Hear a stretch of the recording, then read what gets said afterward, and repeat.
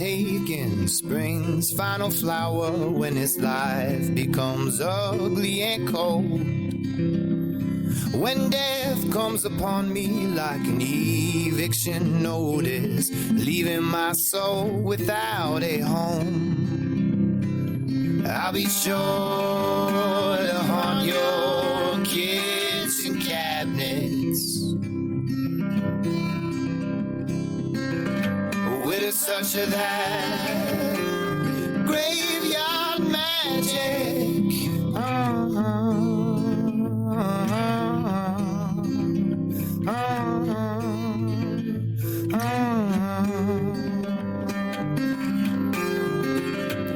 When the crickets and cicada both sing just for me, and the owls all bow with respect. When death goes a-prowling like a wolf through the forest and finds his way to the front steps, I will be knocking around in your attic. Death can't conquer this graveyard magic.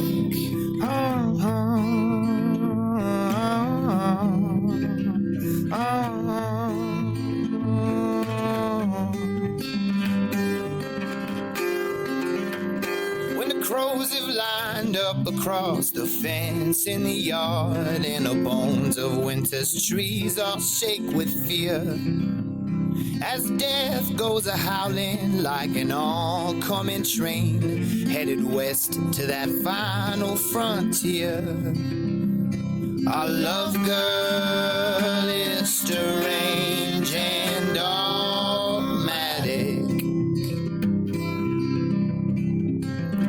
chock full of that chalky graveyard magic.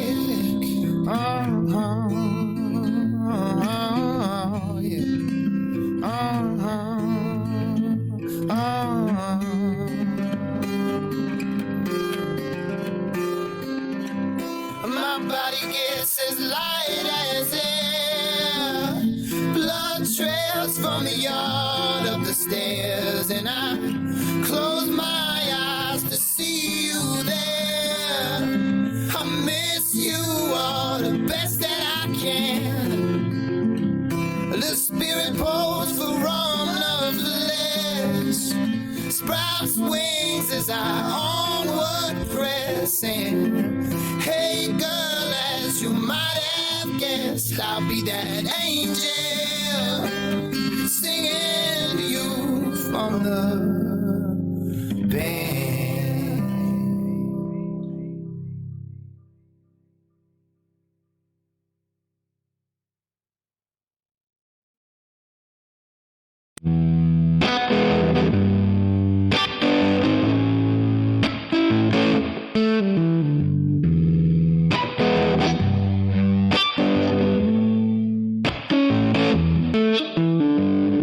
I've been fine and I've been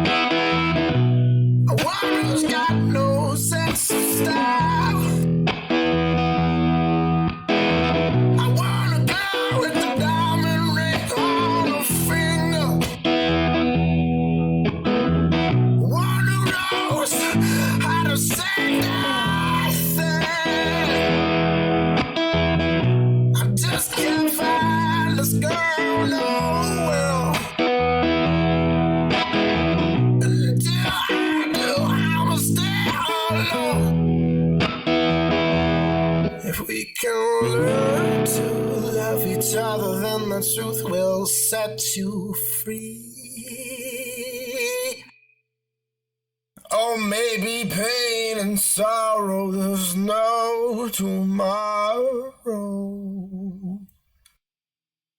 Will take a hold of me. Baby, baby, baby. All alone, baby, won't you come along and go?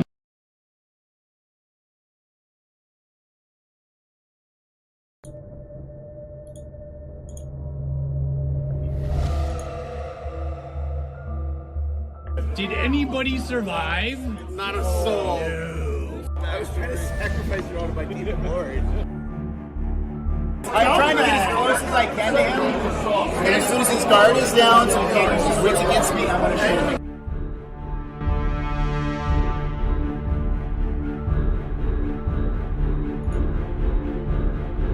him. Did everybody have a good time? Yes.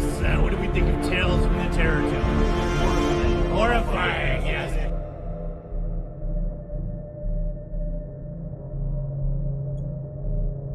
You guys like best about the game? Well, it's been lovely speaking. Killing my kid. Killed your kid, yes. One rule to rule them all. One roll to rule them all, yes. Did we have fun? Did everybody have fun? Absolutely. Thank you very much. Well, I appreciate that. Time? Yes. We had a good time. Did anybody survive? No. No. All right. Ask.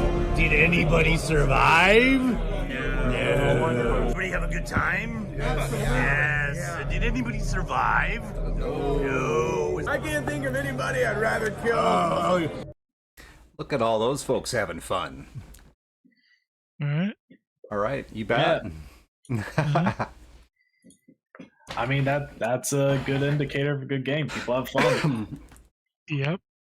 supposed to have fun. 100%. Yes, you're supposed to have fun. Greg. Little known In case fact you about missed that. games. Yeah, in case you missed that one. That's what I've been doing wrong. Yes, thank you. The shirt, it's definitely kind of on brand.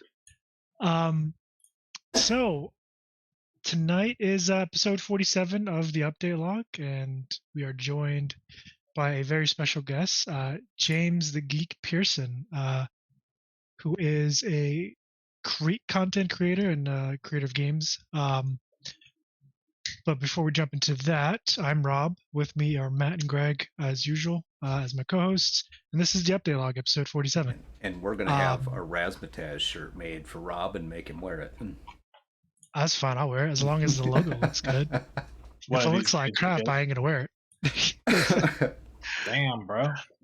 I'm just being honest. It looks like crap. I'm not gonna, I mean, I'll wear it probably inside. I probably won't wear it outside. But Greg has some pretty good taste. I mean, look at his family, his little Juan family candle company. Hey. Which, by the way, shameless plug. His candles are pretty dope. I like shameless plugs. Those are always good. No, I'm not wearing a maid outfit. It's not happening. Sorry, James. Apparently they think I'm going to be wearing a maid outfit at some point. I will spare you the imagery. I have one question for the audience. Is James coming through? Can you hear James? You know, I had it on mute, so Boom. Big flaw. Yes, that was footage from Gary Con. Yes, it was just not too long ago. So there we go. How's that? Yeah, the interesting people that you meet at conventions. I got to meet a ghoul. It was fantastic. We didn't see him in the video though. You played the all the victims, but not Gramps. Yeah, I was dressed as Grandpa Ghoul for. Don't worry, I have more videos to share. Yeah, okay.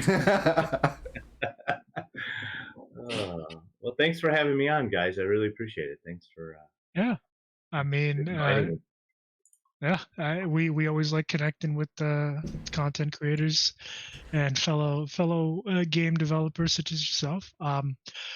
I think that it's been dropped in the chat already, if not, but James, it does have a Kickstarter going on right now called Tales from the Terror Tomb, which I will let him kind of speak more on in a minute.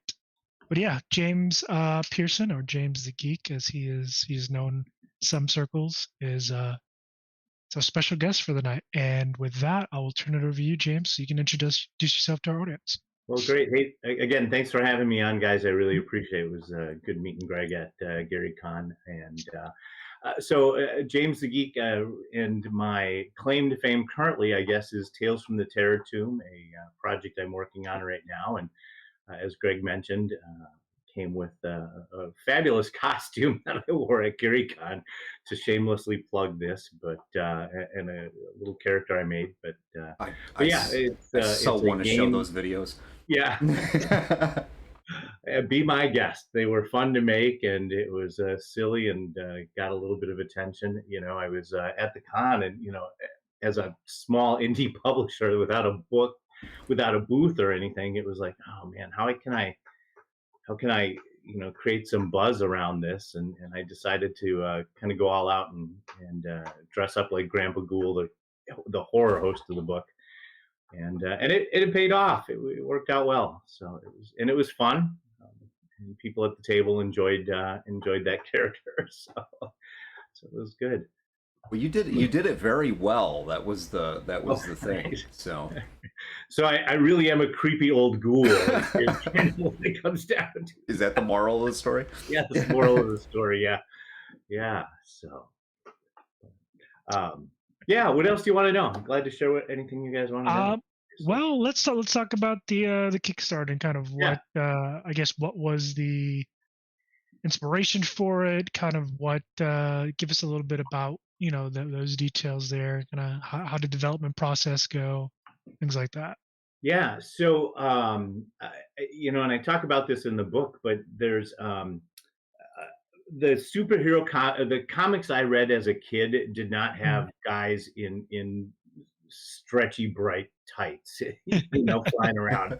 I remember, and it must have been like third or fourth grade or something, very young. But my neighbor's dad gave my dad, and I don't think he read them, a big box of literally a box of comic books. I'm not talking about like a long box or a short box. Yeah, it was, nobody collected like them. Crate?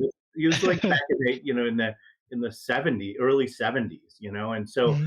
So it was literally just a box, and I remember reading them down in the basement, and it was full of a lot of, at that time, DC had and Marvel had, and all these guys had these horror comic books. So my favorite was the Witching Hour by DC, but there were all these different variations, Ghost and the Unknown, and they just kept turning these things out, and so.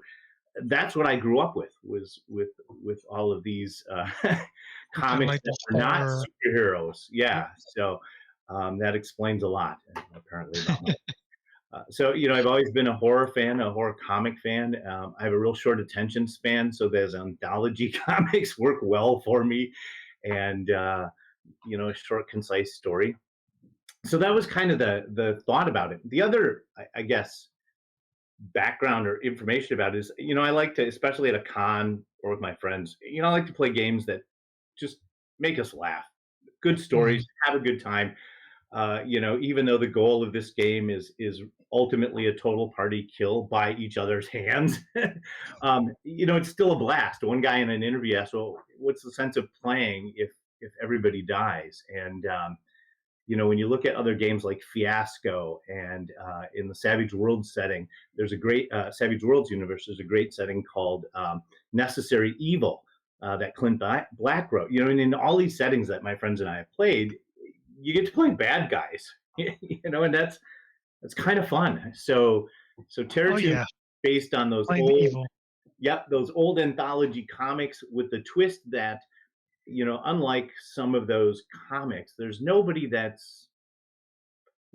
doesn't deserve what they get, right? So there's no unsuspecting couple walking up and finding the light on after their car has died and just happen to, the mad scientist. No, everybody that plays in Terror Tombs is a horrible person, and that's what gives us a little bit of freedom as players to be really nasty to each other's characters, which in this case we call protagonists. So yeah, that's probably more than you wanted to know, but that was the influence. All of the comics, and the famous ones are, of course, EC's, the Crypt Keeper, Tales from the Crypt. Hmm. And and then that became the HBO show that we talked about a little bit. And then Romero and Stephen King did Creep Show along that Yeah. same signs, and we had a couple of those come out. And now we have kind of a resurgence. We've got Black Mirror, we've got all these Yes. anthology shows, Channel Zero, that are kind of along that same thing. They're just little anthologies of horror that the game tries to emulate, and does so by allowing us all to basically maim and kill each other. So, I mean, I for one do enjoy when the bad guys win sometimes. it is fun, especially if you're those It, bad guys. yeah, especially if I'm the one being the bad guy. Like that's a change Yeah, of pace. Because I'm yeah, sorry, the good guys always win, and that shit gets boring real fast. yeah. Well, and I'm a big believer in horror movies. That there's my favorite horror movies are the ones that really nobody survives, or if they do, it's not pretty, right? Yeah. There's no final girl. There's no, it's just, Hmm. the monster wins sometimes and wins horribly, and that's kind of what Tales from the Terror Tomb does. And if the monster doesn't get you, your fellow players are going to get you. Yeah. Damn, no friends out here. So.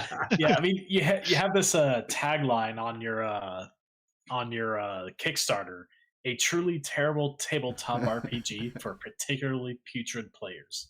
Which, Nicely done.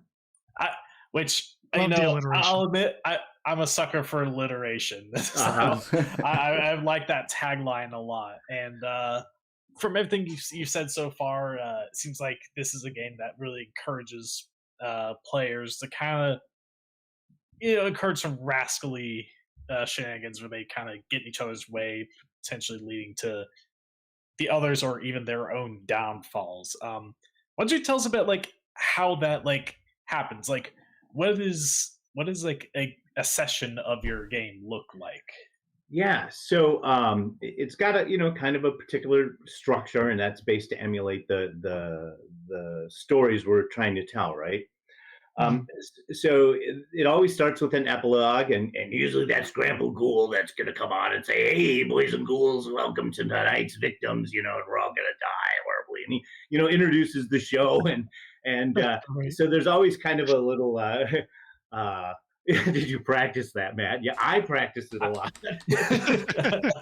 I'm honestly surprised I didn't flub that sound right there.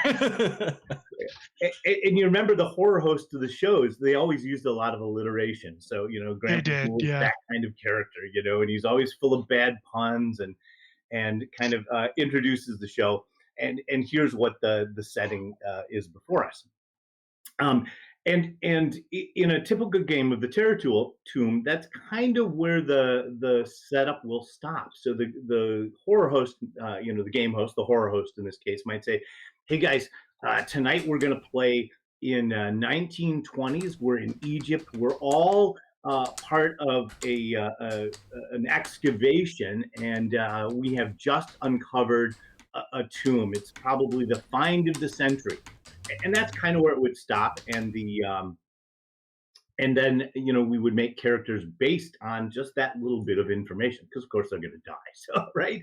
Hmm. And then there's a couple other tropes that the game has. There always has to be, we call it the terror, but there has to be some sort of supernatural twist, right? Some monster, some creature, something, and sometimes it's very obvious. The mummy's going to come to life. The the creature's going to take over bodies, and sometimes it's a little less obvious. And we're typically isolating the players as well, or the protagonists, really, the characters. Think of Evil Dead, right? Those guys. Oh, that's such a classic. Oh, Yeah, I love that. we get Love to that the movie. horrible place, and we can't leave, right? And of No. course, this is all structured very intentionally, so that as hosts and players, we can confine the game to a very narrow space and setting, so it's sandboxy just enough.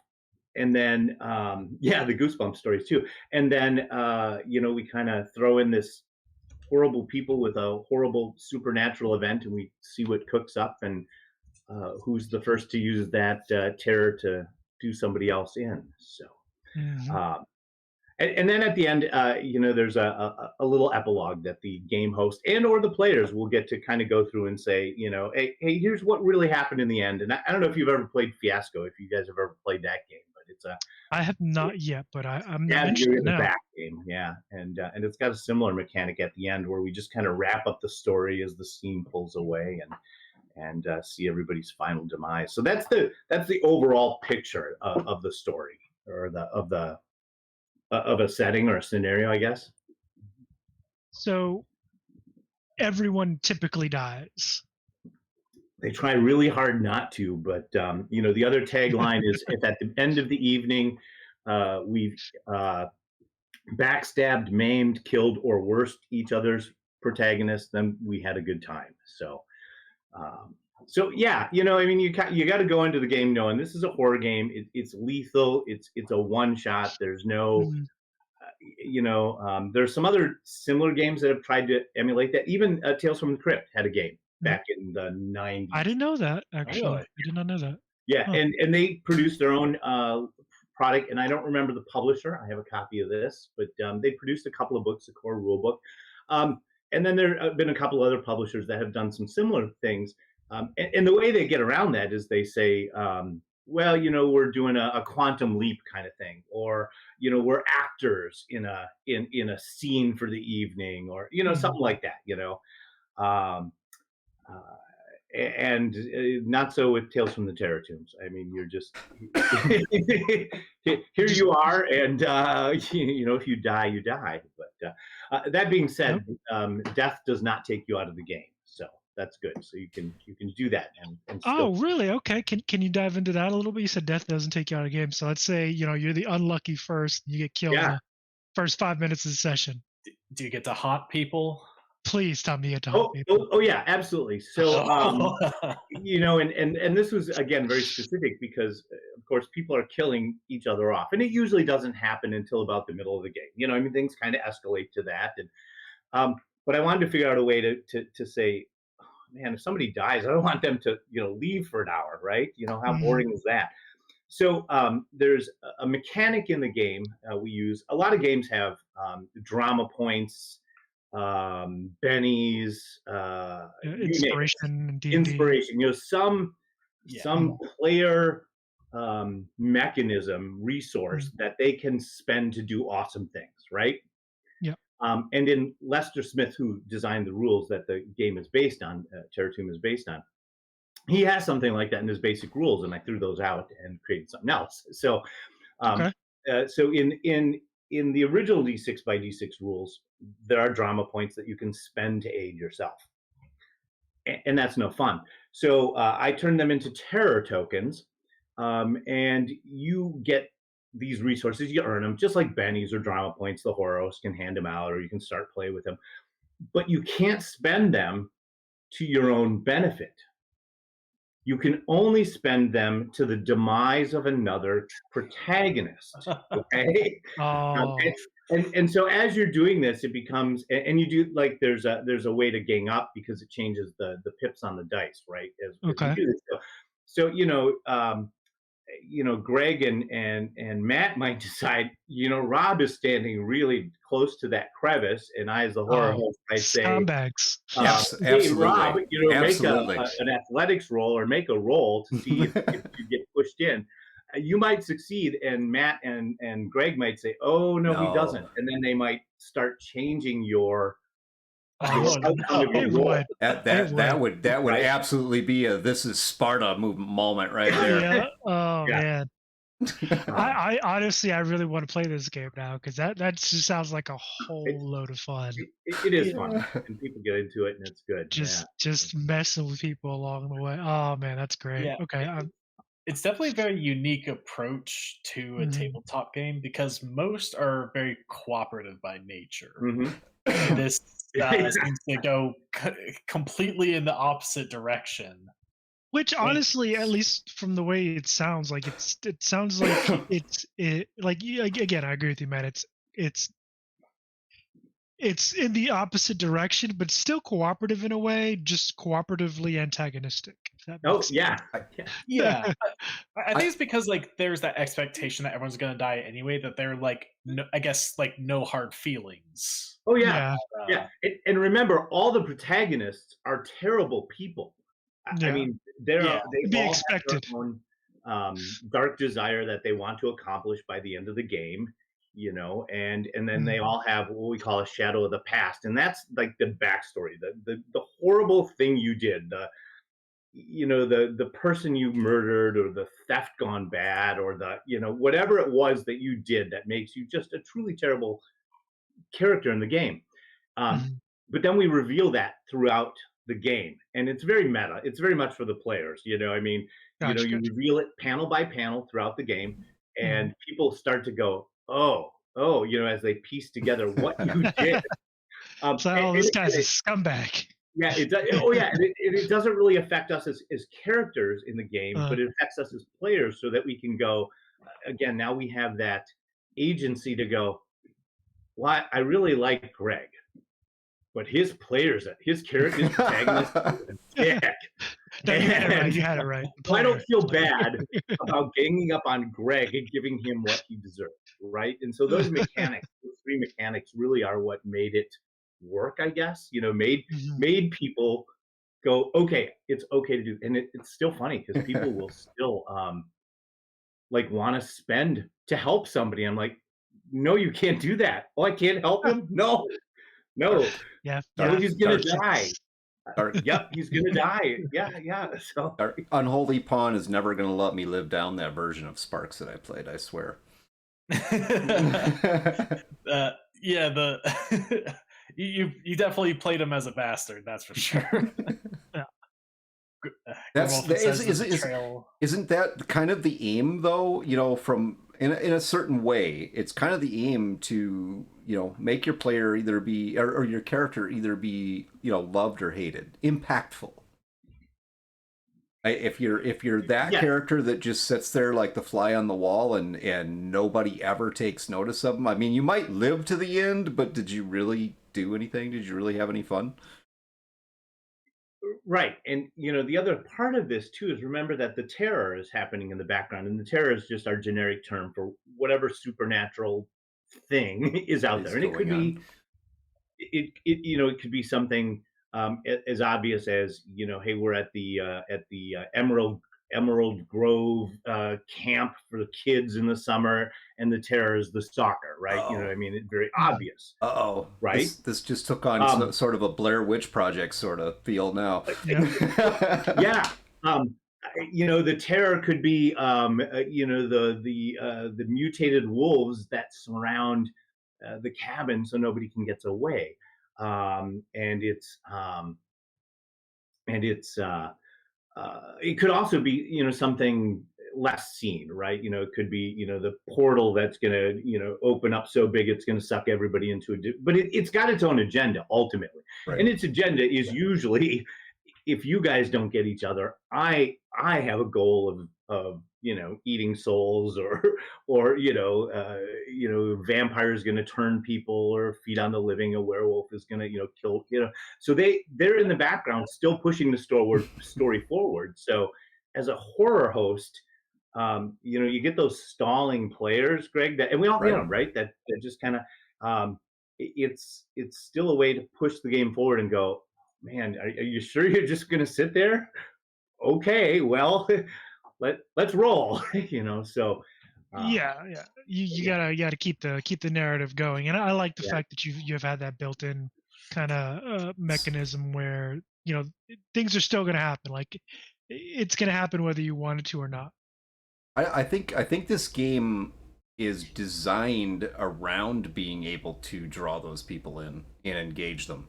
I mean, as long as they're as long as they're engaged in the content, it seems like it would be very easy to.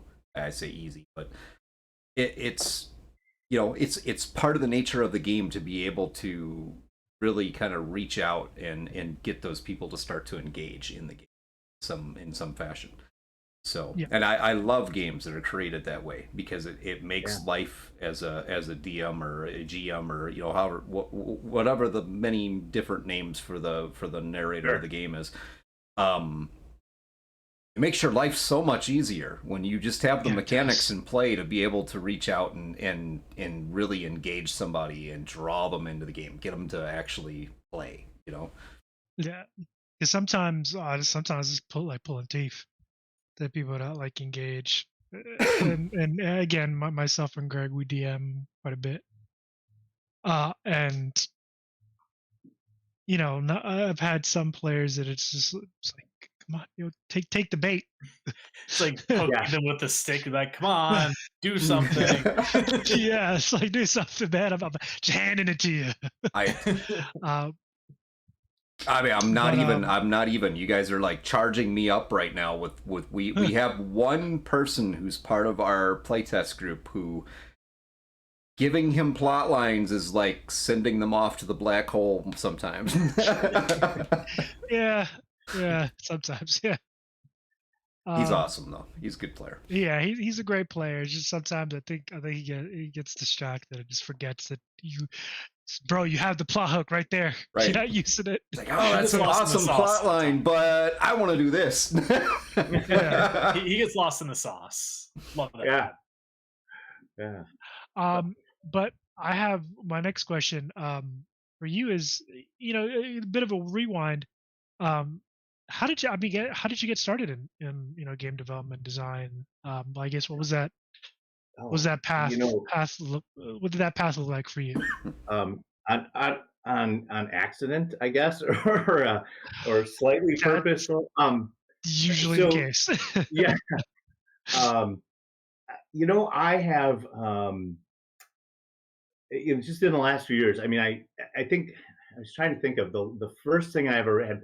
Like so many people. I mean, we have all this fan stuff that we do for our games, right? And we put huge time and effort into the settings, and we just kind of don't take that step to solidify it, right? And to make it a product, but so many of us could. I mean, I've seen the stuff that people bring to conventions and the write-ups they make and the what they build. Yeah. So I think I said, well, first of all, my goal was, hey, this is something to do as I kind of wind down and semi-retire. So it was a good hobby, good thing to go, hey, this gives me something else to do, and a couple of bucks here and there on drive through or whatever. And so I started years ago. I had gotten a couple of pieces of fan stuff published in the old Demon Ground e-zine. And for those of you guys that are really young, Demon Ground is a fan e-zine. Boy, it's been around for 25 or 30 years, and it was a magazine based on supporting a fan-based e-zine based on supporting Lester Smith's Dark Conspiracy game, and so there were a group of fans that we all kind of played that, and so I think I had a couple of adventures published in there, and then a couple of years ago I did a little Patreon exercise and said, I wonder if I can develop a game a month, like a complete game a month for however long. And I pulled it off for about 4 months. It was pretty grueling, but I had these, yeah. And, and they had maps, and they had, 6 by 9 or 8.5 by 5.5 booklets and rules. And, I kind of, and a box and a cover design. So that was kind of my first foray into, I think they're actually on the, I was gonna say, do you have some of those? On the back here, so I did about 4 of these just as a test. And again, Lester's rules I'm very compact. Each one had a little theme. This was, the kids on bikes theme adventure. And that was inspired by my daughter. I said I should write a game called Killer Fish.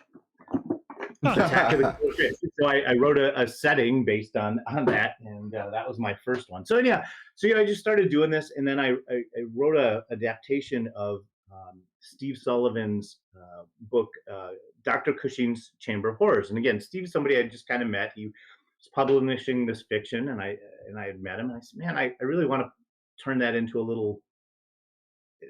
a game. And so we did that. And yeah, so then, boy, sorry, long wandering road. No, go ahead, You're good. man. That's what we're all about, That's man. what we're here for. Yeah, that's what we're here for. So a few years ago at GaryCon, I had the pleasure of meeting, one of my gaming idols, Lester Smith. Lester worked for TSR, GDW, created my favorite game setting, Dark Conspiracy. And just throughout the years, we've kept in touch, and he's become a friend and mentor. And so him and another guy, Kurt, that I game with on Tuesdays, and we kind of play test rules. Lester's always creating rules and games and stuff. So we always play testing rules. And I had created a setting, again, based on a setting I had done for a game way before. And just for my own use. And so I created a game called Psy Kids. And it was a bunch of kids in space. And oh man, I don't have a copy here. But the weird thing about it is so Lester's known for making small, concise rules, and the rules that the boxes and Psy Kids are based on literally fit on a bookmark. It's called the bookmark No HP RPG, No Hit Point RPG, and nice. We has a card version. So we were playing this game, and I was running the scenarios, and Kurt and Lester was like, "Man, you gotta crowdfund and do this." I'm like, do I? Okay. So that's what I did, and I got that. I did that last year. I did it on a platform called Game on Tabletop, which is over in France. Fabulous platform. Unfortunately, some laws have passed now, and they can't do anything with us U.S. people. Yeah, great platform, kind of unknown, but really, I did do a little bit of research on the Psy Kids game too, and I think you're talking that opportunity. I mean, the same time that I met you at GaryCon, also met Lester, right? Wasn't that the other gentleman you were talking about? Steven Sullivan, yeah. Maybe it was Steven, yeah. I think it was Steve, yeah. But that was really cool. But checking out the Psy Kids thing, if you I definitely encourage people to go out and take a look at that game as well. It's interesting. If you go to again, the Patreon link will be in the chat for Tombs of Terror Kickstarter. The Kickstarter. We're from the Terror Tomb. We're still talking James into getting a Patreon. Yeah. PsyKidsRPG.com will get you there. It'll redirect, I think, to my drive-through. So that was kind of weird. It was a deck of cards. It was a role-playing game and a deck of cards. Some of the cards are rules. A lot of them are setting. Some of them are charts and tables, and it was just kind of unique. And then I created some booster decks and things like that. So anyhow, but then Terror Tombs, this is a project I have been just kind of sitting on. I mean, I wrote these adventures for a con years ago. I commissioned the artwork, the cover, probably about 4 years ago too. And then COVID happened and life just got crazy. So now that I got Psy Kids out of the way and I kind of got that, okay, here's how crowdfunding works. And I did it in a very safe way that I could do it, without taking a lot of risks. And so now this one was a little bit more thought out, and I don't want to say more thought out, but I mean the book is in a very different place than Psy Kids was, I think, at that point. Psy Kids, I still had a lot going on, and it got done, and it got done on time, and I was pleased with it. But yeah, this is that passion item, right? Passion project. This is the passion project. This is the one that I just. Yep, got to do it. If nobody buys it, that's okay. We have some buyers already. I've got to support that comment really quickly, because James has some really interesting video content out there. So I got to put this up now, man, because you're talking about it being a passion thing, and I just got to show this because it does show the passion part to it. So, is this your dance? Here we go. Bust to him. A little video. All right. I'm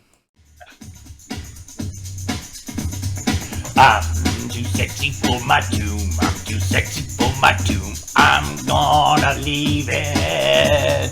I'm too sexy for this shirt. I'm too sexy for my shirt. So sexy it hurts. I'm too sexy not to bag. Too sexy sexy not to back my Kickstarter. I'm just a ghoul, you know what I mean, and I do my little turn on the crypt walk, yeah, on the crypt walk, yeah, on the crypt walk, yeah, I do my little turn on the crypt walk.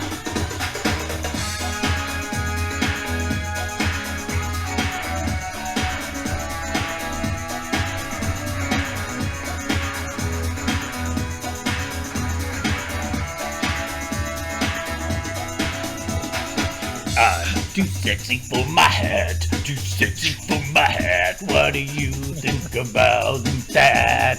And I'm too sexy not to back, too sexy not to back my Kickstarter. All right. So I think that definitely shows some passion, and if that doesn't, then hang around for the other video that I have. I'm going to show another video later, but yeah, man, that was great. Yeah, that's just got me thinking, like, when we start our Kickstarter, you know, now we gotta do a little song. I ain't dancing. Hell no. Oh, I love it. I like yes. Nope. Yes. Ain't no dancing come out of here. Oh, no. Because that was just so much fun to watch right there. Oh, man. I'm glad you liked it. Wow. It was fun. You know, I keep telling people, you know, at the end of the last project, you know, after about a year of working on Sidekids, you know, it kind of becomes this job, you know, and you're like, oh man, I just really want to be done with this, and it's not fun anymore. So I'm trying to keep this one a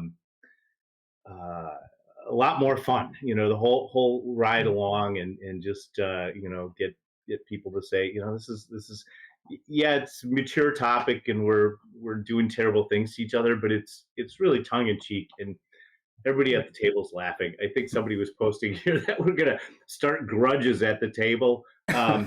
I mean, I hope that's not your group. I could see that happening. It's happened in my group, but usually when we're playing a serious game, you know, and whereas Terror Tombs, we all sit down and we know what the social contract is, and we know this is okay. And everybody just kind of leaves having a good time and going, yeah, that was a blast. Yeah, honestly, that would be a great game to play, you know, at a night out with some friends, couple beers. That's what I was gonna say. This game, you know, and it's definitely different, but it reminded me of something. And as I was sitting here listening and thinking about it, I'm like, you know, Beloit University college drinking games. Oh boy, here we go. This is it. This is it. This is definitely this is definitely like a college game, or you know, just an adult nights game where you can you know, kind of let the intrusive thoughts win a little bit, you know, right. and just be a complete scumbag, and you know, no hurt feelings, hopefully, you know. But yeah, no, that was, and again, the dance, that was great, man. 10 out of 10. Yeah, well, I wore that all week at the con, so by the end of the con, I was dying. You were stir crazy. It's like, I need to get out of this thing. Oh man, that's great. Okay, Greg, Matt, you guys have any other questions before we jump back in? Actually, you know, I really, you know, we've kind of covered. We've talked about the game so far that you have the Kickstarter on right now, which, you know, this sounds really fantastic. We've talked a little bit about the Sidekids project, but you have other stuff, man. You've done other things, and you know, I'm really curious about that, because you're a published author, with, you know, a couple of different books, like technical books, you know, little off kilter from where we're at right now. But I mean, tell us about that.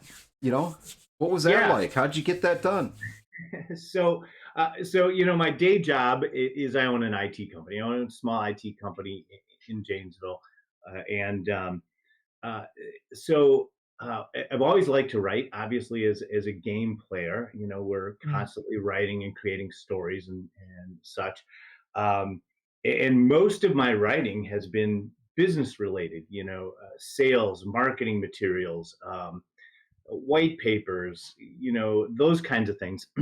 And I did end up, putting together a couple of books on cybersecurity, and they were mostly, to help clients process and help market the company. So I have two real basic, essentials to cybersecurity books that I self-published, and then one is geared specifically towards the legal market, towards lawyers and law firms, and then I have another one about technology and law firms that I did.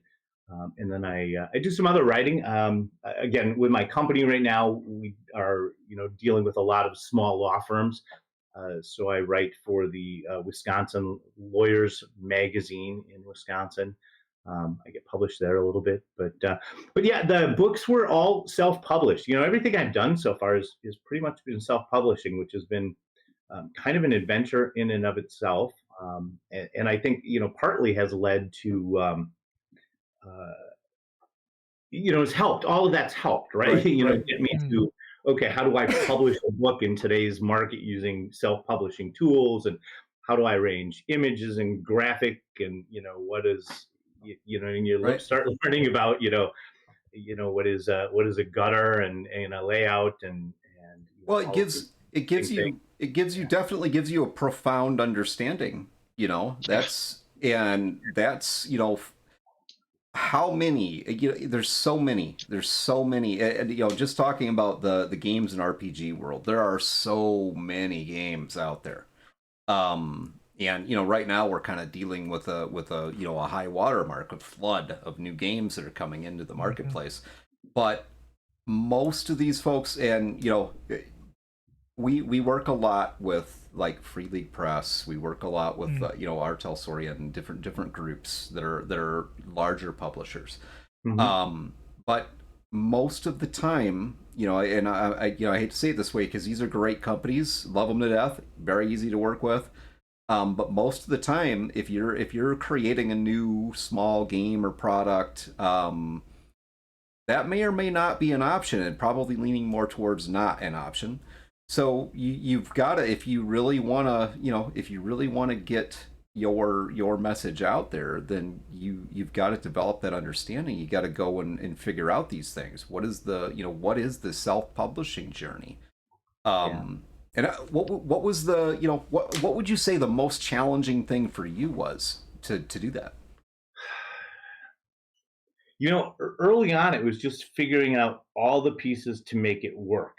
Like ISBN numbers and barcodes, and all those little weird things. Even now, it's like, okay, what goes on a legal page? What do I need to, trademark or not? And so there's just kind of all that. For me, I like to do the layout, but I'm also not awesome at it. So Gotcha. I'm also learning layout and desktop publishing programs, and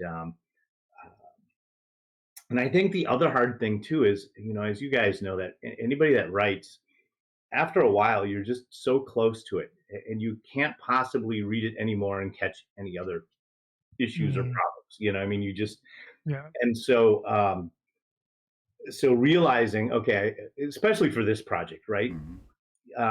Okay, I really have to have an editor, somebody that I can really trust to do that. So, this project, there's an editor involved, and that will edit, professionally edit the product. So, I don't know if that answers your question or not, but it was just a lot of moving pieces. Is really was. I have a friend who's also working on a game project, and he's working with a company, Kenzer, and and like you guys talk about, when you're giving stuff to a larger company like that, a lot of that stuff goes away. Right. And I've seen his manuscript and what he's done, and it's it's hundreds and hundreds of pages. It's going to be a beautiful product. But he came up to me and he said, "Man," he said, "but all I had to worry about was that." It's just my writing that, and now they take it over, right? Take care of it. Yep. And there's good and bad about that, obviously. Control and licensing, and what am I going to get paid, right? I mean, there's all of those things. But yeah, so us little guys, and so many of my friends that are tiny publishers that just, we learn to do it all, Mhm. and hope that you make something that looks great for people and that people like. And yeah, even Lester and Steve and all of these, you see Tom Wam, and they're all, we're all masters of a variety of things, just like any small business. You're Right. artist, you're writer, you're proofer, you're Yeah. working on purchasing stuff and buying products and doing prototypes. And yeah, you're wearing Yeah. one hat, lots of hats, like any business, right? I used to believe that copywriting had something to do with a notary and only companies did that, until I learned what copywriting really actually was.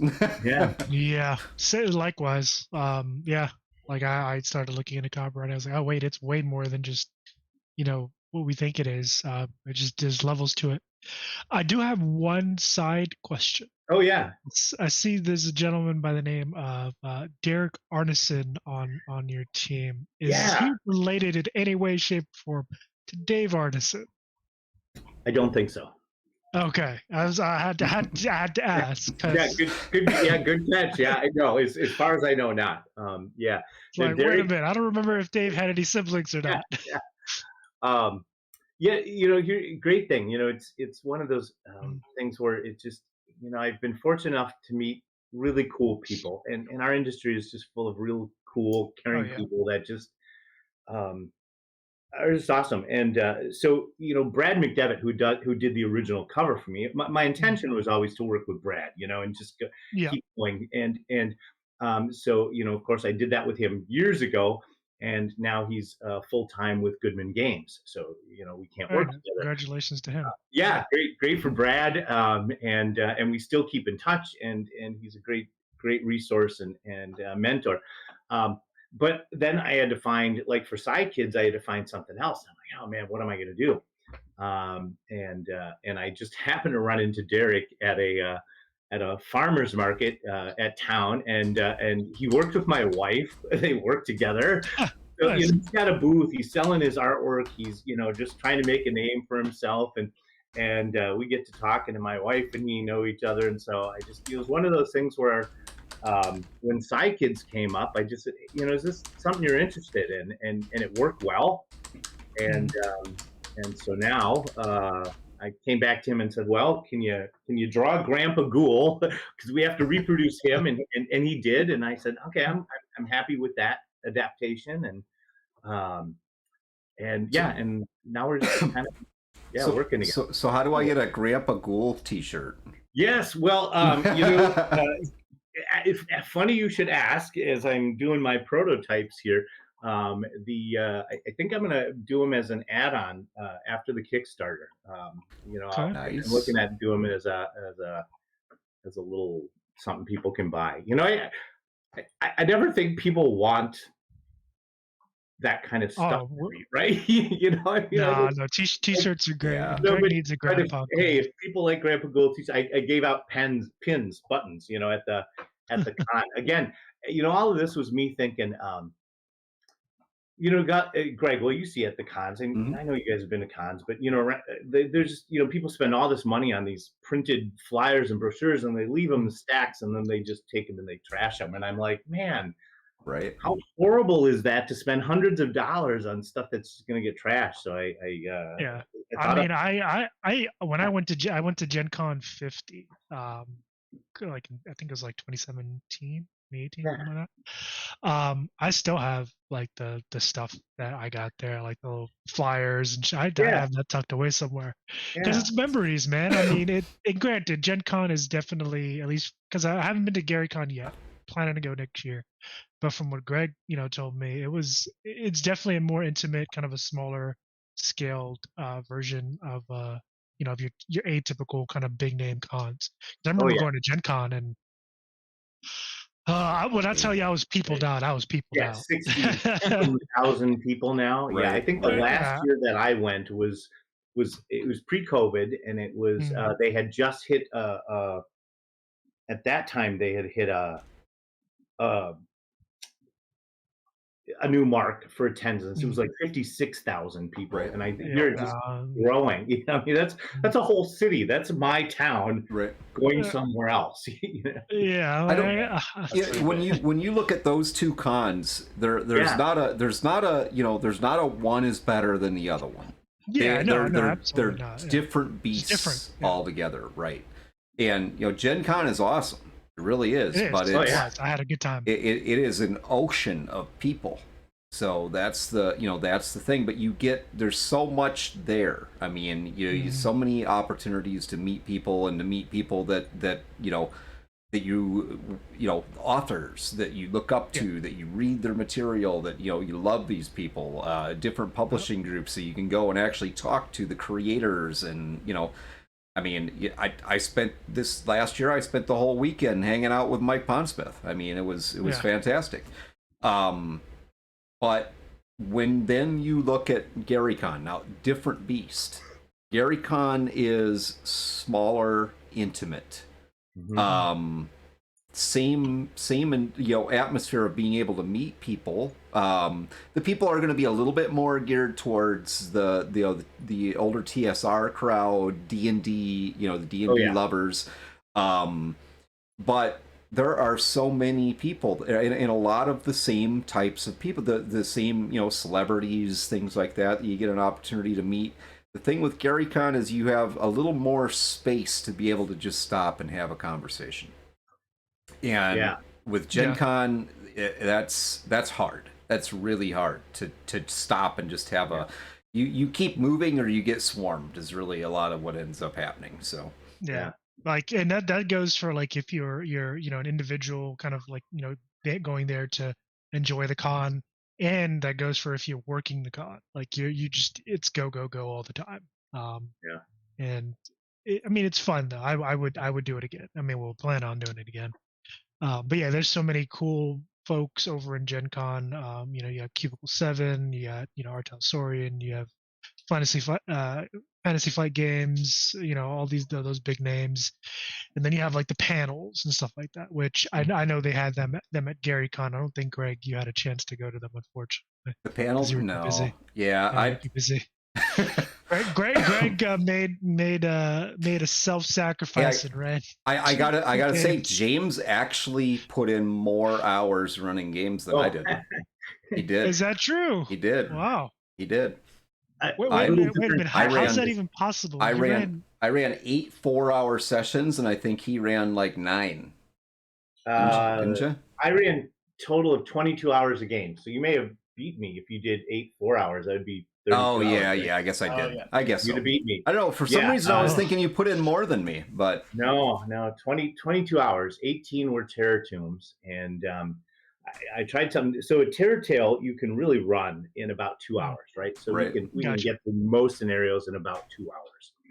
And so I ran a couple of 2-hour games, a couple of 3-hour games, and then a couple of 4-hour games in that. I don't remember the mix, but just of Terror Tombs to see how those panned out and how they worked. And so I sat in front of a lot of people and played a lot of games, and then I had a 4-hour Savage Worlds game. I belong to a Savage a group called the Savage Alliance. Nice. Play Savage Worlds stuff, and I always run a Saturday morning game in Savage Worlds. So this year it was Land of the Lost.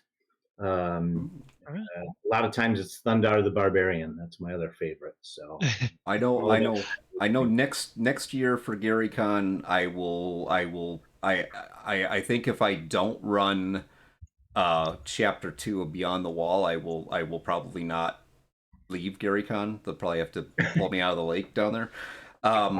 So that'll probably be what I one of the games that I run next year. I'll probably do the same thing I did this year because I'm just a glutton for punishment. So I'll probably run another 4 days of 8 hours a day running games. But I would love to, man. Hey, you're signing yourself up for that. Unless you're there, Rob. If you're there, then I mean, if I'm there, then we can swap off. Yeah. There you go. Fine. Then maybe I can go play a game instead of running games. That was the unfortunate piece. Even virtually myself and Matt. Like I don't know about you, Matt, but I tried to like get in on some games. And it didn't happen. It was not happening. I gotta say though, GaryCon was a hell of a lot of fun this year, and not just because it was the 50th anniversary this year. I think that convention is one that if you have an opportunity to check out a convention that's maybe it's within your reach, you're in the area, or maybe not, you just want to take a trip somewhere, take a trip to Lake Geneva, Wisconsin, and check out GaryCon next year. Yeah, it's a good con. It's nice. It's intimate. I think they hit their max this year somewhere around 3,400. David was telling me. Yeah. Wow. Yeah, I think that's about their max. So it's not, they're not moving locations from what I understand. So it'll be continue to be kind of a small, intimate con for a while. So yeah. Mm-hmm. Was it like continuous day to day, 34,000 people each day, or? No, I think that was just 3,400. Sorry. Yeah, I think that was just individual ticket sales, for the course of the con. So for Gary, I mean, it's pretty good. For GaryCon, they cap the tickets, so that's part of it. Is there's a controlled number of tickets that are you can be an observer. You can get you can be an observer. So there's a lot of people that kind of float in that way. So I mean, there's technically more than 3,400 people that show up there. But as far as people that are actually participating, like ticket holders, silver ticket holders, they cap that. So if you're gonna get a ticket, you got to get your ticket. Don't procrastinate. Yeah, you got to get it early. Yeah. We got some tickets for next year, virtual tickets, and we got our GM T-shirts, which I'm excited. I gave out a couple of tickets this year. Actually, I think I gave out 2 virtual tickets and then 1 silver ticket. So that was nice. Oh, nice. Very nice. So my next question for you is, throughout the, all the Kickstarter, test playing at GaryCon, what was your biggest takeaways? Just going through this process, and again, it's a process you've been through before with Sidekits, but like, this time, it seems like you, from the way you spoke and the things that you said, it seems like you kind of had more of an idea of what you wanted this time around. So what were the takeaways? I think my biggest takeaway this time is that because I had done the other Kickstarter, right, and I purposely did that on a small little platform. I'm surprised I raised the money for it, right? It was a test. I think I needed $400. I set a really small goal, for that one. And this time around, I had some benefits, right? So now I've got some past backers. So I had started a little bit earlier in the planning this time around. So I was able to build up a little bit of marketing and momentum. I had a pre-page that I had up that I was directing to people for about a month or maybe more. Getting signups, and so when I launched this time, and I had a bigger goal, I think it helped to have all of that background done, right, and I had my series of supporters, and I had already kind of been talking to Lester and all the people involved and going, okay, here's kind of my timeline, and I'm going to need you guys to help. So I really kind of had that, and that helped. So I got out of the gate pretty well. It didn't fund as quickly as the first one, but the goal was higher this time, right? So I think it took about 6 days to fund, which again is still pretty awesome. I mean, so I think that was the big takeaways. I had a lot more time to pre-plan and really strategically have some. I had a list, right? I had some people I could market to right away. I had some people I could reach out to and go, okay, help me spread the word, And so so I was able to get that, and I think that really helped. Of course, this time the book is in a different place. I mean, the book is just so much further along, right, than the other one kind of was. I kept adding on to the other one too, the other project. I had a lot of promises, whereas this one too, the other thing was, I think the other thing I learned too is, you want to set these stretch goals, but they have to be doable, right? And Yeah. the other one, Getting it able was to hit them. a physical deck, right? Like a booster deck, because it was a card game. There was, 2 or 3 or 4 scenarios that then I had to lay out and do all of that. And this one, um, I think partly because the book format is going to help that. I mean, I don't have, there's a whole lot of things I took off my own plate by just not doing it in that weird format or that Mhm. unique format, right? Um, so yeah, I think that was helpful. But yeah, just that pre-planning and just that ability to kind of know, I'm gonna hit all of these websites. I also I think the other thing I figured out too is that after talking to a few people is we kind of also figured out what didn't work, right? Like so I have a couple other friends and we found out that if you don't have a without the list and then we all had some pretty good following on like Facebook. We're all still Facebookers, but yeah, that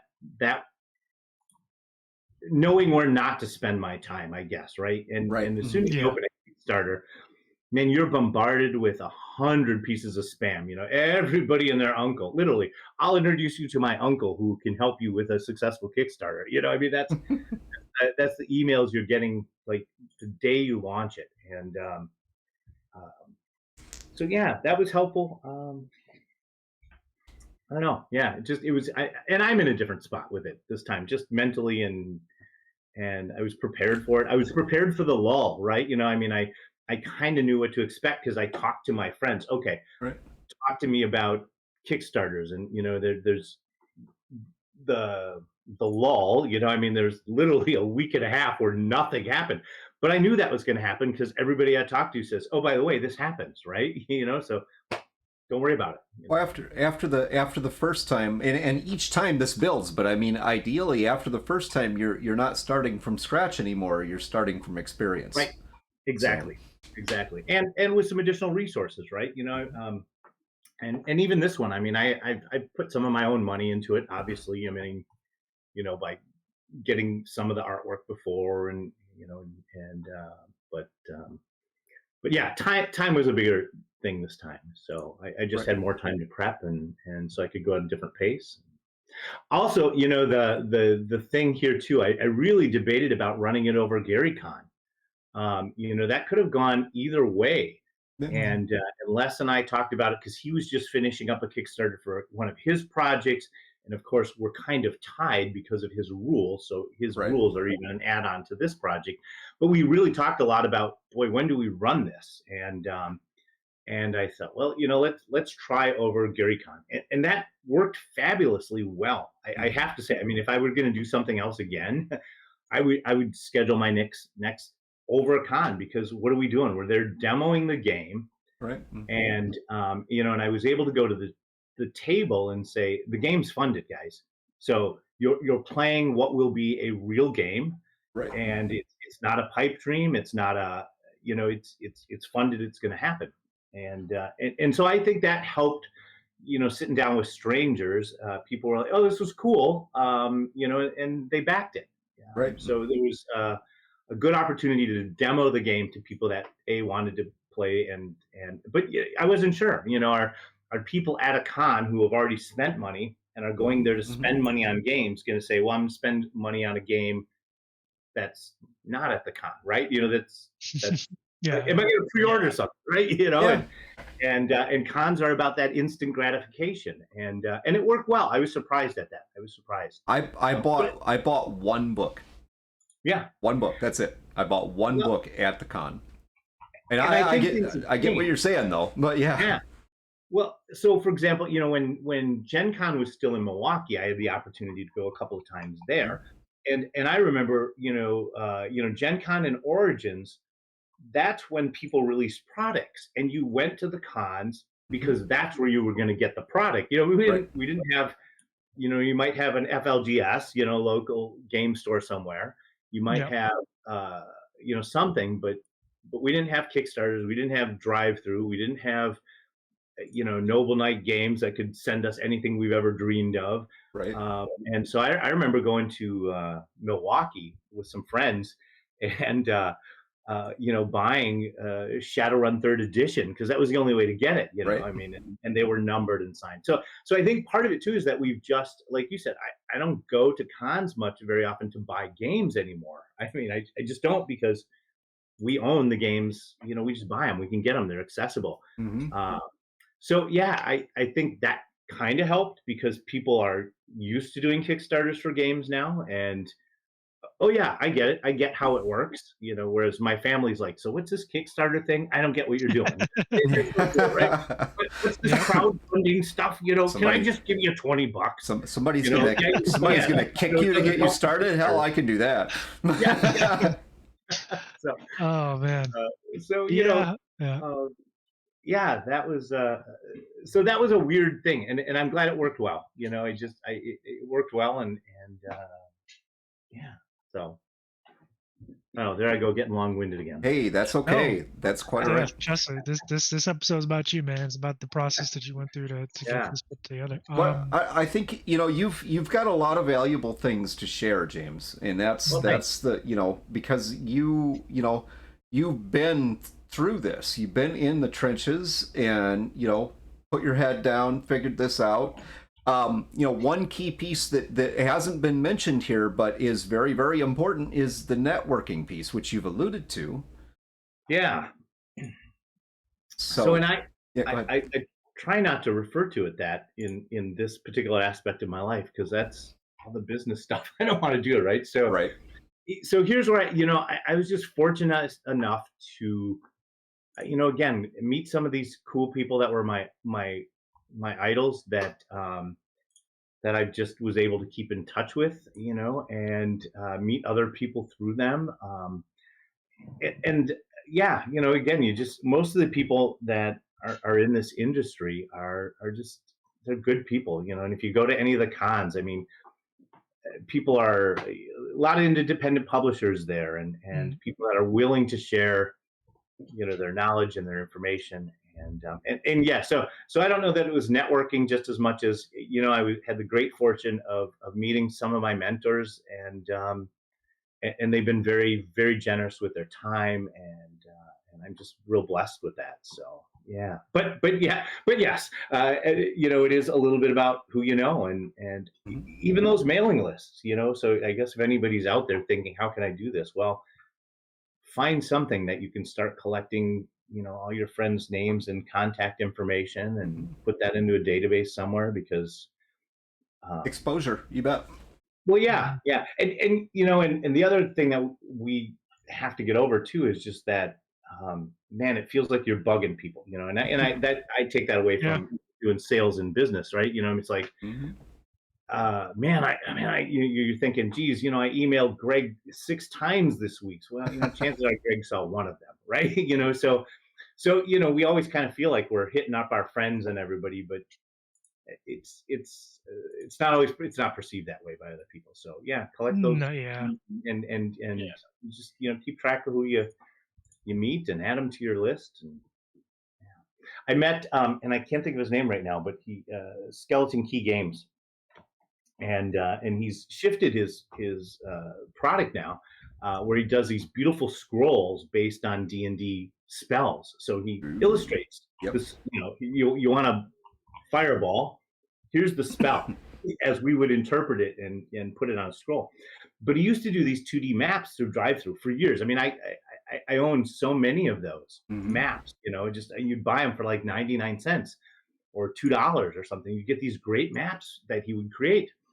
And I ran into him, and I kind of asked him about that, and he said, well, the key here was I had been doing that so long, I had built up a great list on drive-through, just selling these little things throughout the years, that when I launched this, as you said, everything builds, right?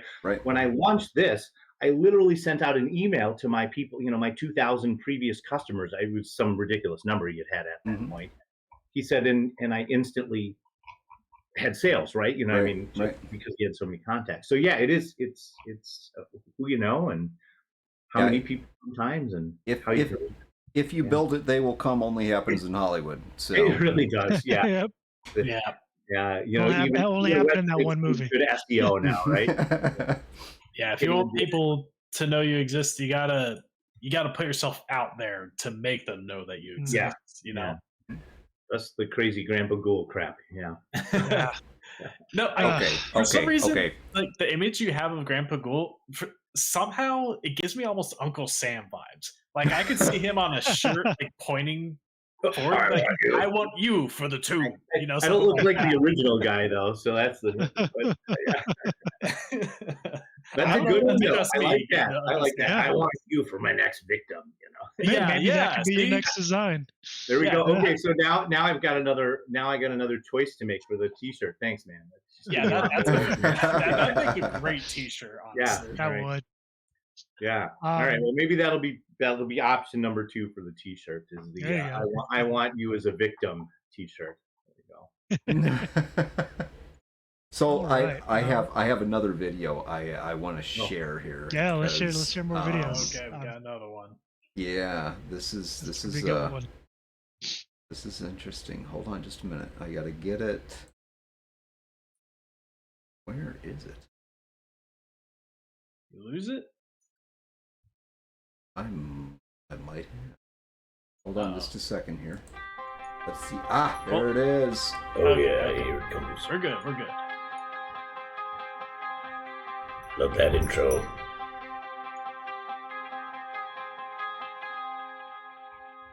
Here's Grandpa Ghoul saying, "Don't be a fool, come on down to the Terror Tomb. You may not survive if you come back out alive, but what is a ghoul to do? What is a ghoul to do?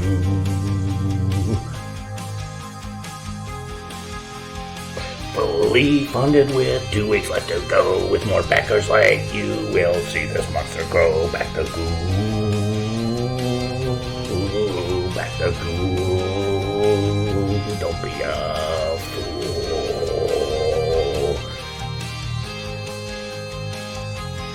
Don't be a fool.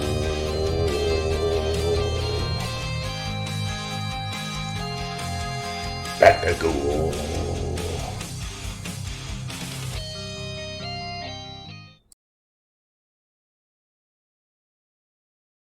So, back the ghoul.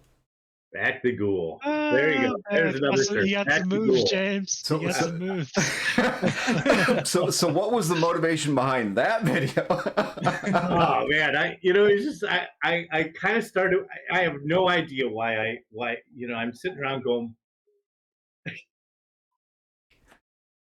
having fun with it.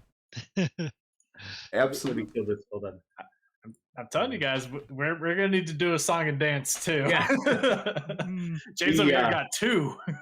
It's I don't know what this Wii stuff is. Yeah, there you go. It's on now. There's a competition going. Matt, you have full ownership of that. It's on you, my man. Look, go for it, man. We need one from at least like each of us. Yeah. As soon as Rob puts the maid outfit on, we're good to go. Yeah, see, now we're talking. How about this? If we got our Kickstarter to $1 million, I'll put the maid outfit on. You heard it, folks. Let's make it happen. Ooh. Just need 1 million bones. We got it recorded. So who shot your videos, James? So I have a nice little kit here that I use for pre-COVID for training videos and stuff like that for the IT company, and then I have a friend Kristen who does some marketing for me, and I called her up and I said, okay, there's no way I can do this one by myself. I need you to come. And so literally she drives over, that morning, and I'm like, okay, just get this video and I'll edit it and put it all together. And so, yeah, she was a great help. And thanks very much, Kristen. And this was, it was a lot of fun to put together. I have no idea why I'm too sexy as that. I was just like, wouldn't that be hilarious? Would that get some attention? And I'm like, I'm going to do it.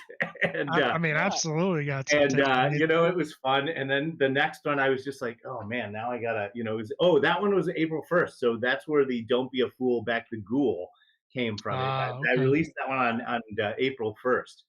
and I'm like, oh, I got to do something, and we had just made that goal.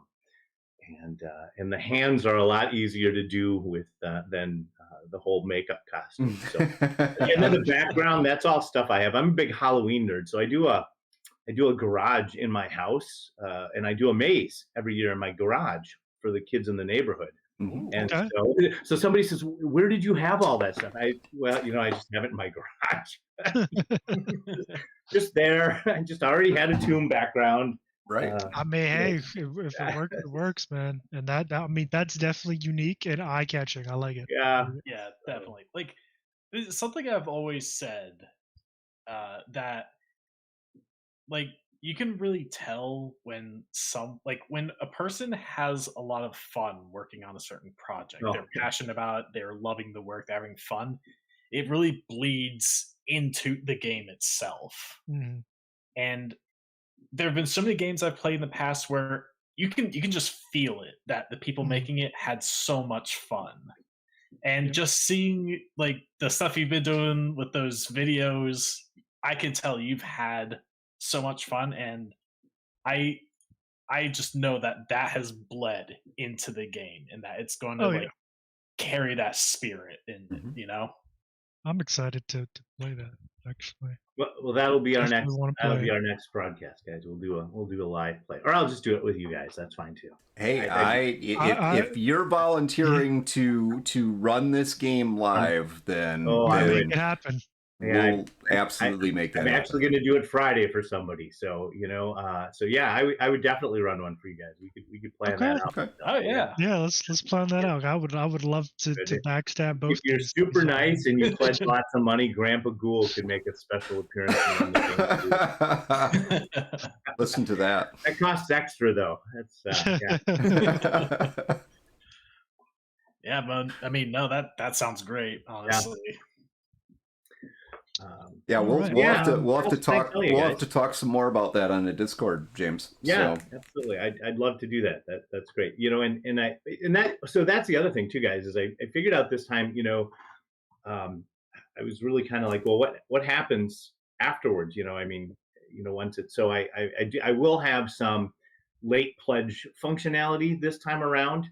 So people that missed the Kickstarter, I shouldn't say that until after the Kickstarter, right? No, go pledge now. Actually, it's a better value if you pledge now because you won't get as much stuff, later. But there will be some add-ons and some opportunities afterwards. So I hope to be able to keep this rolling all the way up until Gamehole Con in October, when the digital version of the product should be done, with hopes of physical products going out in March of the next year. But I'm hoping that with where I'm at, I can accelerate that timeline. I'd love to have the books by Halloween. That's what I'd love to do for show up at Gamehole Con in Madison with the books, but have them all ready to go. The publishing part of it, again, for those of folks out there that have never self-published a book, every time you make a change, you have to order a proof copy. Mm-hmm. Yep. So, if you get a copy and you're like, man, that sucks, or I missed something. So now you got to go through it again, and you got to wait like a week or two for them to print this proof copy. So right. So, that would be the challenge. Get close up to this. Printing done. On time. Yeah. So I'd love to have that done in October, but March is kind of the big deadline. The goal for the physical. Yeah, I'd love to run something with you guys. Great. I got a question for you. You guys have any questions for James?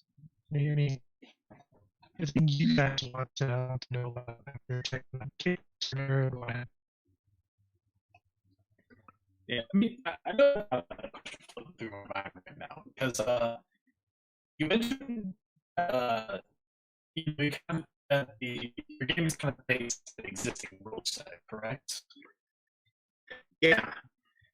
Yeah. So I guess the question is obviously you made some changes that you have your new setting, probably some changes to rules. Like, what would you say really lets your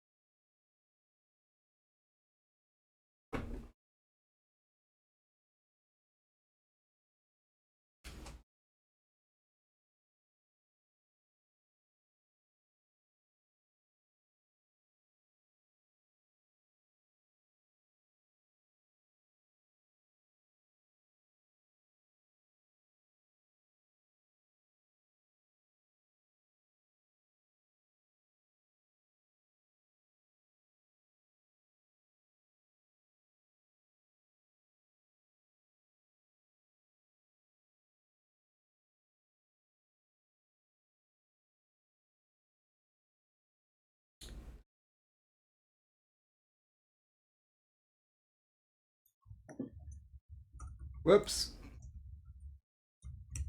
Let's move some things around here. Yep. There we go. Just let us know when we're all back, Greg. Yep. James is back. Matt's back. Rob is back. Okay. Sweet. So There we I guess go. to rewind a bit, since we cut out there, Yeah. because I don't know exactly when we cut out. but- I'm having some connectivity issues, so that was purely me. Sorry about that. Okay. No problem. So I was just asking James, like, since his game is based off the rule set of another, what makes his really stand out on its own two legs? So, James, go right Yeah. ahead. So as we were talking, it's based on Lester Smith's D6 by D6 RPG system, d6xd6.com. That's the first edition.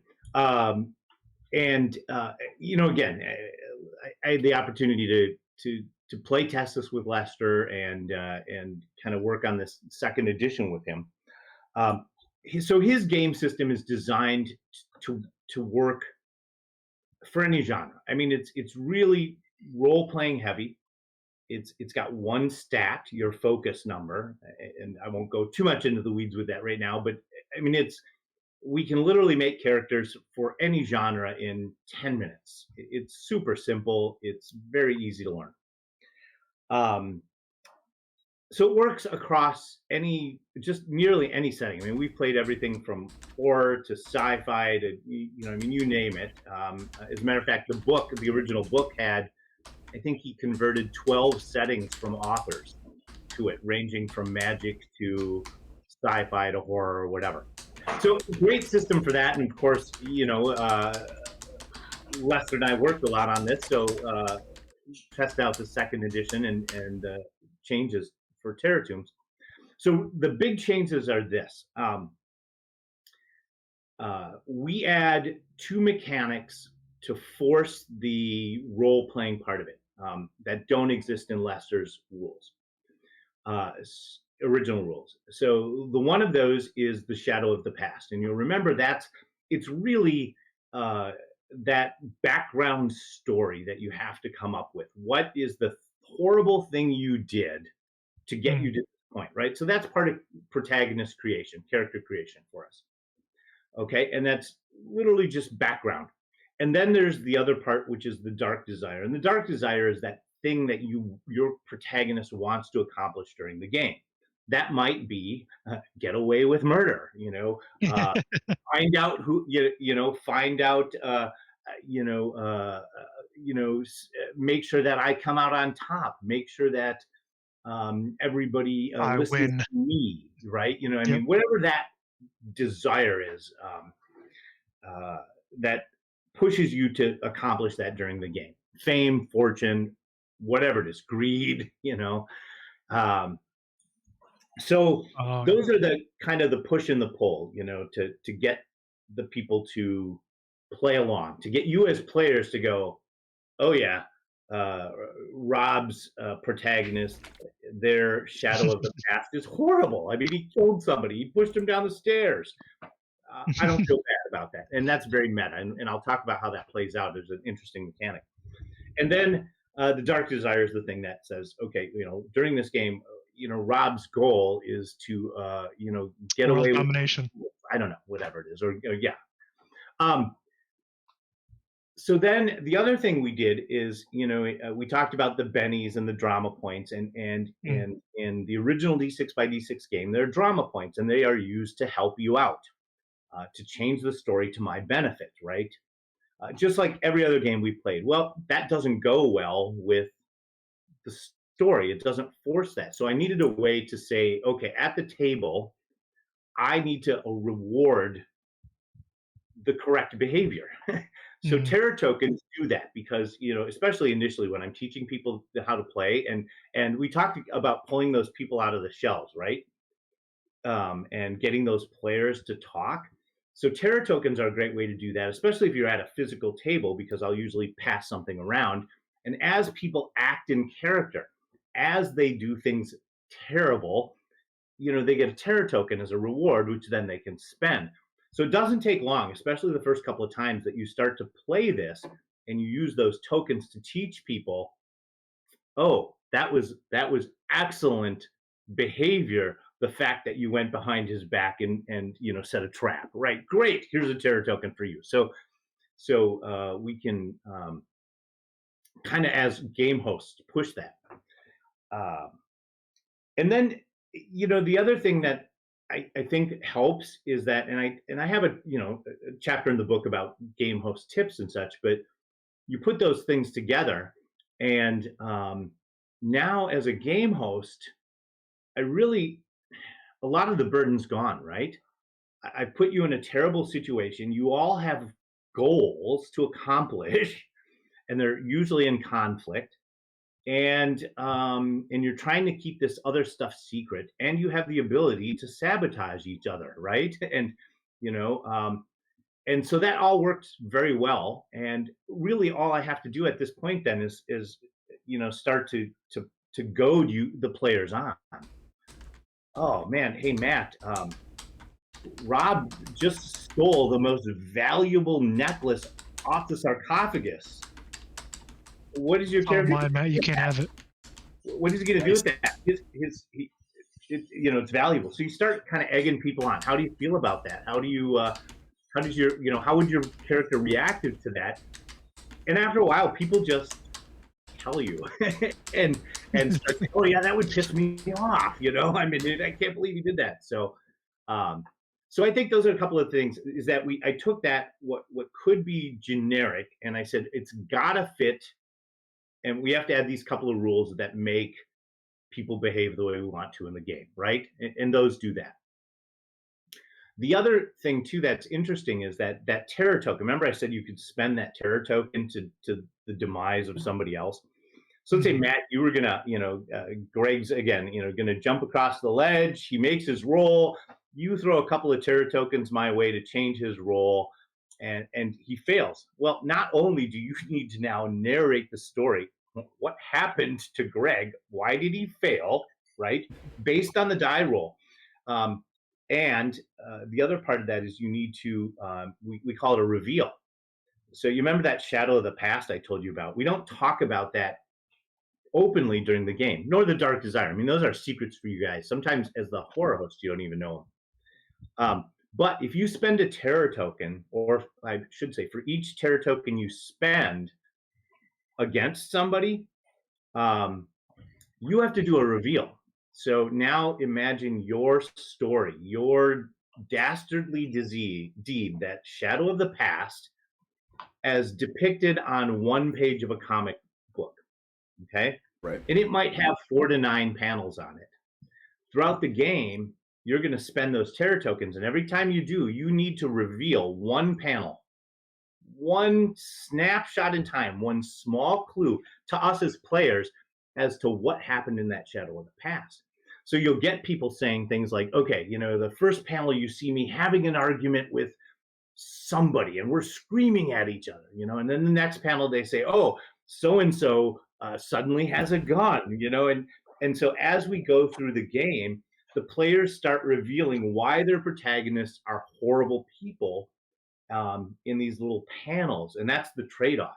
Again, it's very meta. It has nothing to do with like how the protagonists react. It just gives us the ability to go, oh yeah, if he can do that, I can do this thing. So those are some of the I adapted the game, and I hope that answered your question to make it fit how the setting works better, if that makes sense. Yeah, it's a lot about the because it sounds like the like actual mechanical system is very rules light, it's very simple, and so a lot of what you've done is to help enhance like the role play and the story aspects. Yeah, and absolutely. I think a simple system is very good, especially since you kind of got like this one-shot type of game going on. So it's very easy for a person to pop in, learn how to play, and play the session. Definitely lends itself very well to the style of play here. Yeah, absolutely. Awesome stuff. That was. I mean, that good. What's the word I'm looking for? Pivot. Good pivot there. And it's interesting too. Like it's engaging. It's interesting. I mean, just sitting here listening to it, I'm like, yeah, I want to do that. Like, give me some Terra tokens. I want to. All right. Sabotage somebody. I mentioned just if there's not a question, I mentioned that even the dead can play in the game, and that's let's circle back to that. Yeah, that's really cool. So obviously at some point people start dying, right? Yeah. And you're sitting around. I didn't want people to go, I mean, we've all had that happen. Somebody dies in a game and there's 2 hours left, and what do you do? Yeah. So what happens when you die is you still can use your Terra tokens. As a matter of fact, you get a little bump in them. And so you as a ghost can now affect the game in the same way that you could as a living protagonist by spending your Terra tokens to the detriment, of course, of everybody now, right? Like whoever you want, and to help the game host. Uh-oh. We lost James. And... yeah, it looks like you're back. Hold on a second. All right. There we go. We got you back. Sorry about that. All right. Yeah, no worries.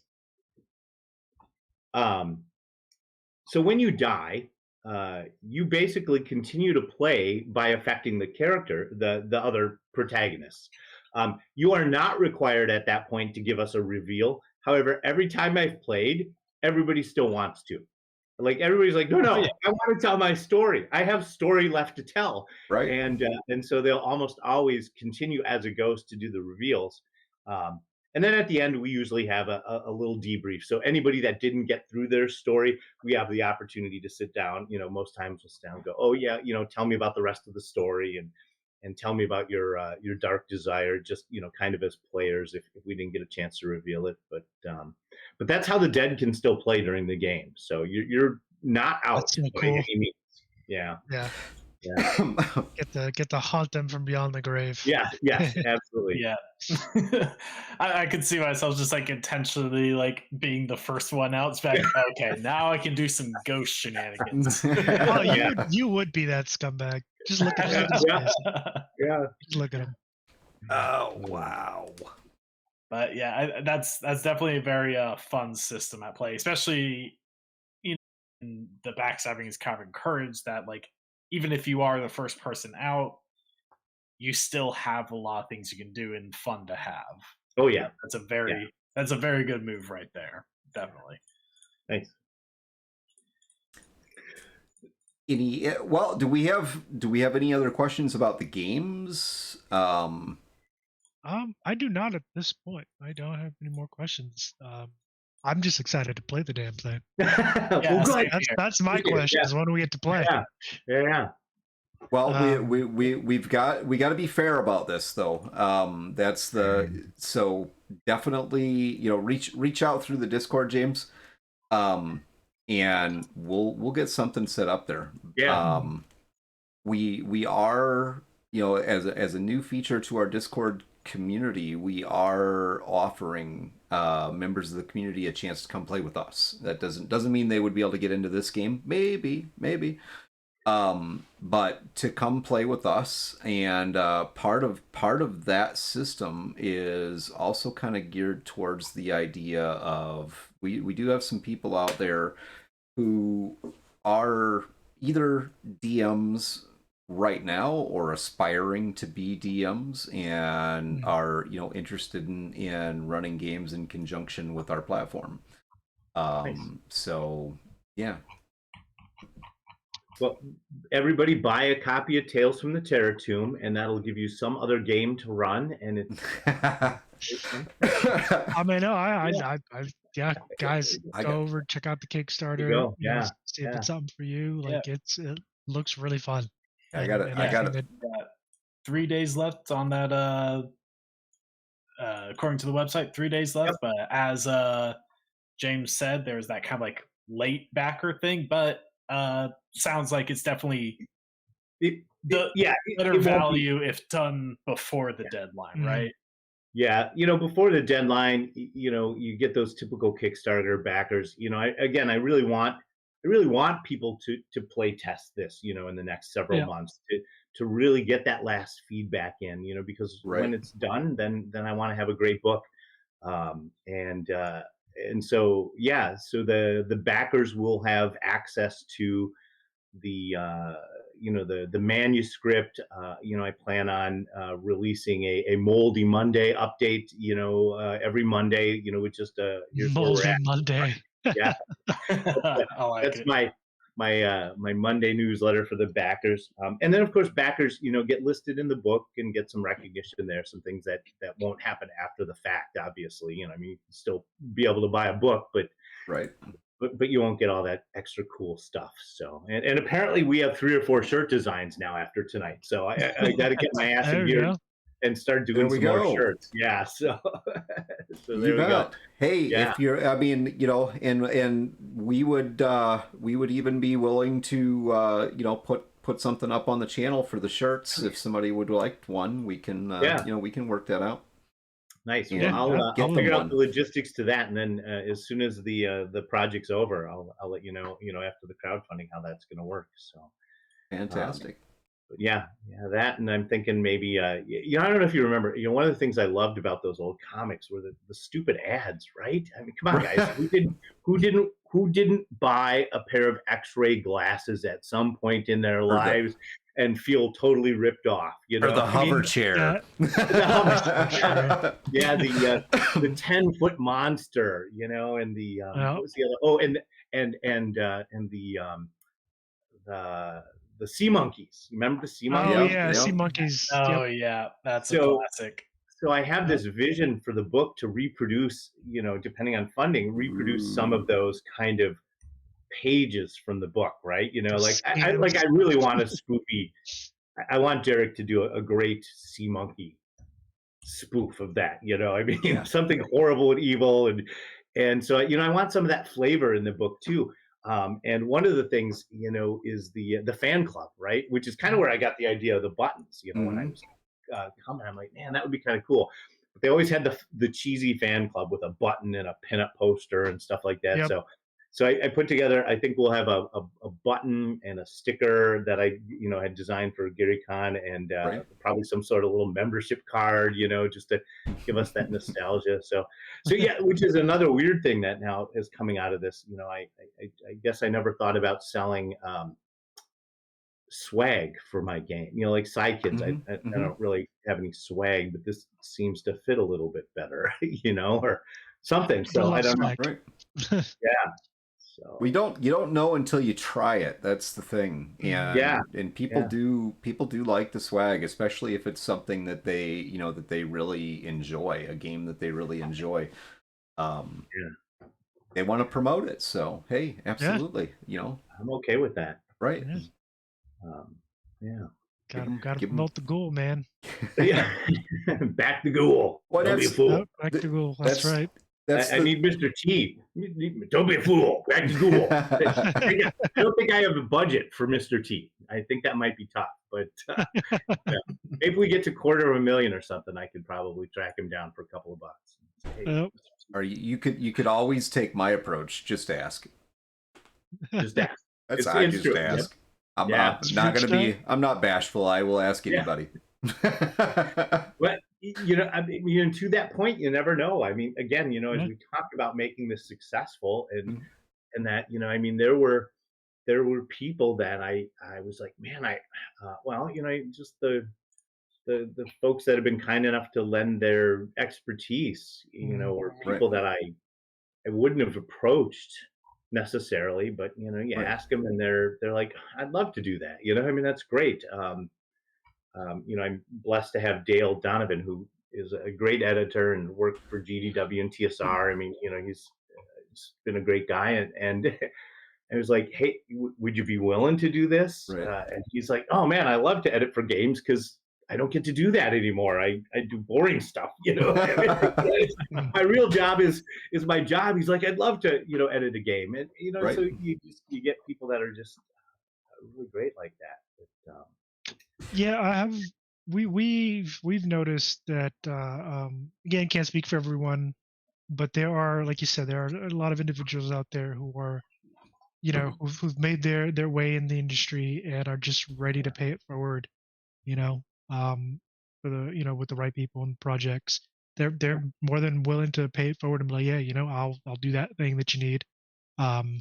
And like the individuals you just mentioned, it's like it's something that they more than likely that's what they wanted to do when they got in the industry and they did it. But then promotions come, you get better at certain things, you Yeah. get seniority, and then you move up the ladder, and now you're doing some boring crap that you don't really want to be doing. You really want to go back to doing that.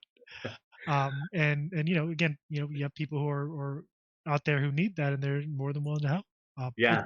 And it's really good to see that, because I feel like in today's kind of market and today's kind of the industry is very.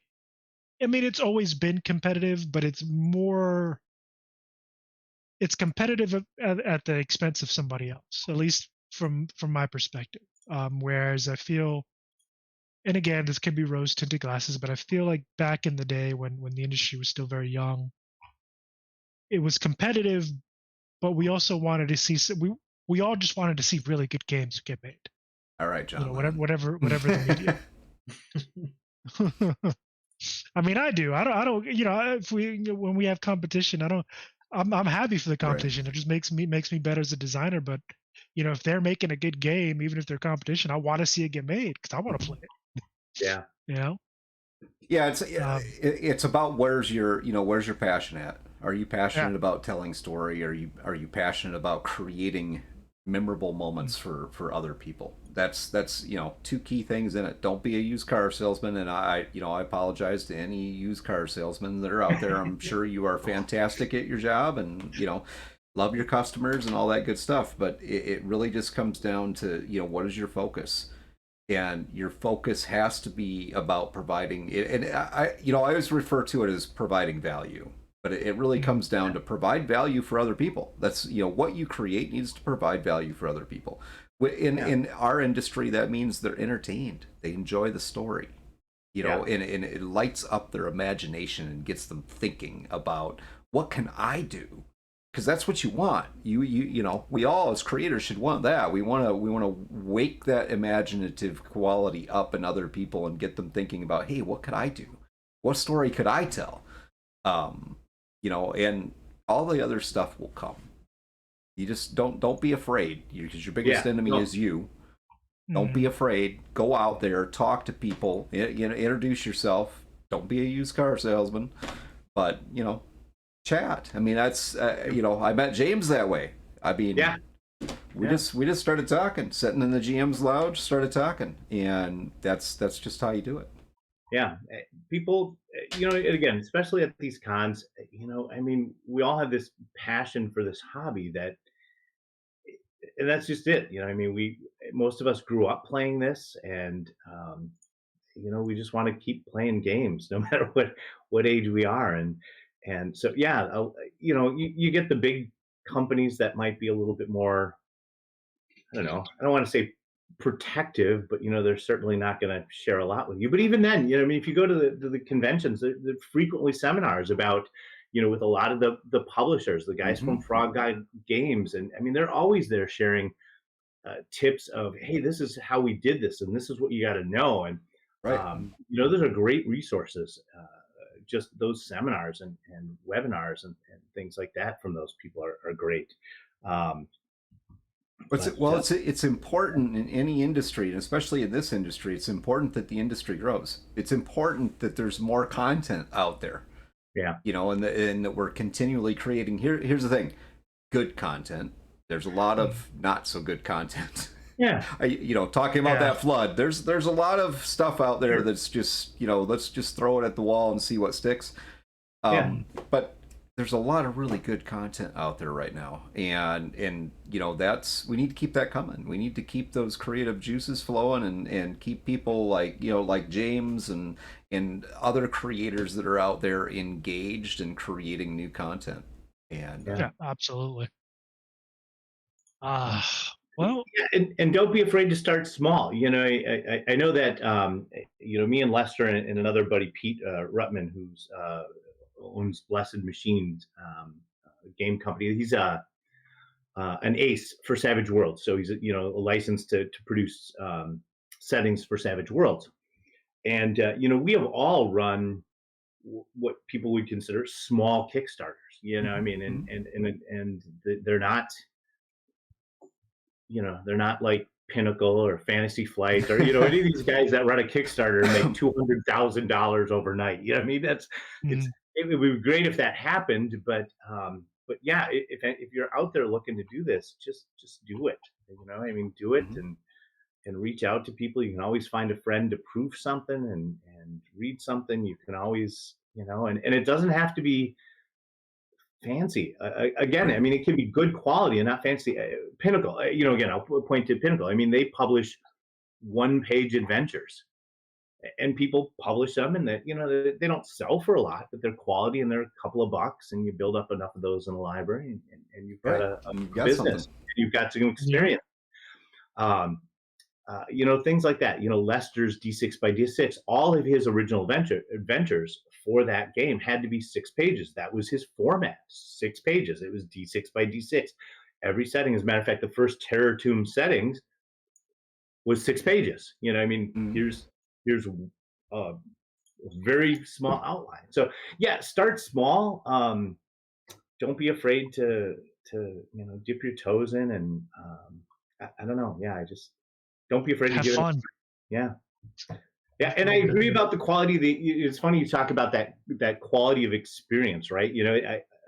Friend Kurt and Kurt LaRue and I, we I don't know if you met Kurt at the convention, but he and Lester and I, we hang out on Tuesdays and talk about this stuff. But his philosophy is always, if I'm going to a convention and people are paying to sit down at my table, I'm providing them 4 hours of entertainment, right? I mean, and so yeah, I totally get that. Which the Terror Tombs character and Grandpa Ghoul help that at the table, obviously. I mean, people like that production value and things, but yeah, you're absolutely right. I mean, you have to produce something that people click with.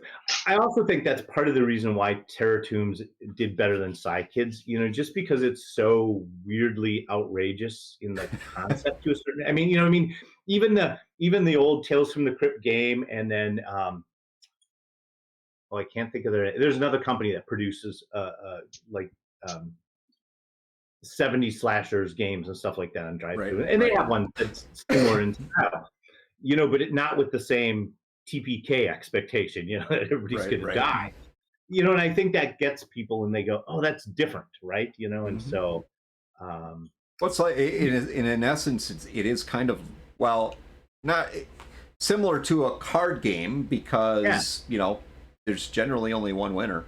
So I mean, right? Yeah. Yeah. Yeah. And in this game, it's the DM. I mean, what could be better? I mean, only Grandpa Ghoul wins. Yeah, it's only the horror host wins. Yeah, yeah. At the end of the games, he gets that last final epilogue where usually if you've escaped, if you've escaped the mummy's curse with that valuable scarab and made your way back to America, hoping to sell that, that final scene, that final panel in the comic book is going to be Grandpa Ghoul going. Yeah, but one day you wake up and the room is filled with scarabs and they, Get eaten alive. devour your body, and the curse comes full circle. The final destination ending. Yeah, exactly. Oh man, yep. So, but yeah, it's entertaining. It's fun. This has been a fun project. It's been just again, I hope that this one just continues to be fun and doesn't turn into a job. I'm sure at some point I'm going to get to the end of this and go, oh man, right. I'm kind of done looking at this, but hopefully it's not too soon. Mhm. And it helps that I do all the parts too. So, what I mean? Some days I get up and it's like, man, I can't write today. And I have the freedom to be able to say I don't have to too, but I don't want to write, man. I'm a little creative. Well, then I'm going to go out and make in the garage and make a stupid video, and that still has purpose and value, and Well, results. I wish I could do that. I really wish I could do that, James. But it just so happens that I have a couple of partners, and one of them has his eyes set on buying Dungeons and Dragons, or maybe even Wizards of the Coast one day. So. Oh. It's like the slave driver, Yeah. Somebody has to set that company free. Might as well be us. Hey, you know what? It's probably not a bad thing. So yeah. Although you got to admit, the last movie, and I, it's funny because I've never been a big D&D player, right? I'm not a huge fantasy guy, right? It's always been horror and sci-fi and modern, and if I was ever doing anything fancy, it was like Shadowrun was the closest we got, right? I've never been but you got to admit that last movie was really pretty fantastic, guys. I mean, that was the movie we were waiting for, right? I mean, yeah, I loved it. Good job, Hasbro. Nobody else Yeah. would have had the bank to do that. So yeah, I loved you guys the movie. That think it over. I expect nothing less than I I'd be okay with a prequel. So yeah. I mean, I here's the thing. I grew up with one of the first D&D movies, which was like back in like the '90s. I think Jeremy Irons was in it, and I can't remember the exact name of it. Was it the Wayans brothers?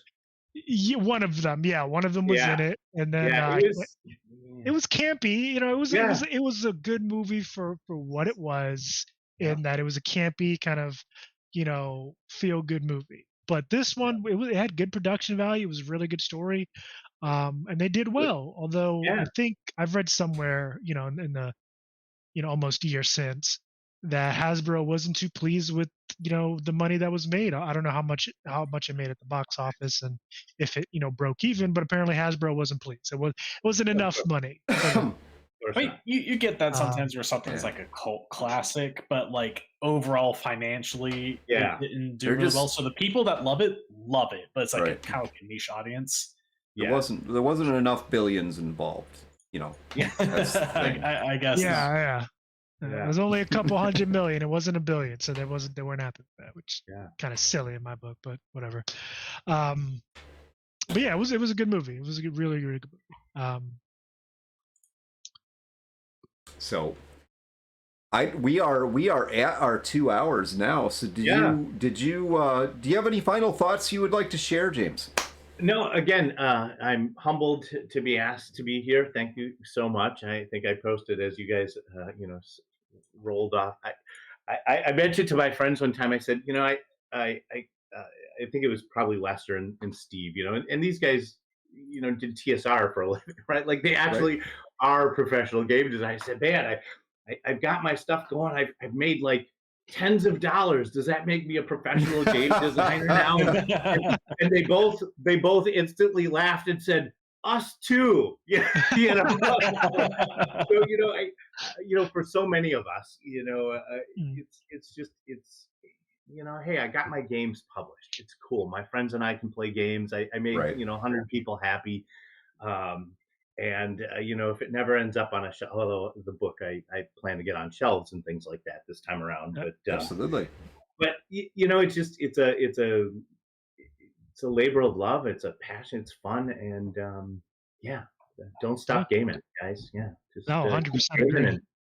and have a great time, Absolutely. and may your dice always crit or whatever they happen to do in your particular game. In my particular game, may they fail. Miserably, fail miserably. That's great. For me. I have a challenge for you, James. Yes. I fully expect to see this game on display and for sale at GaryCon next year.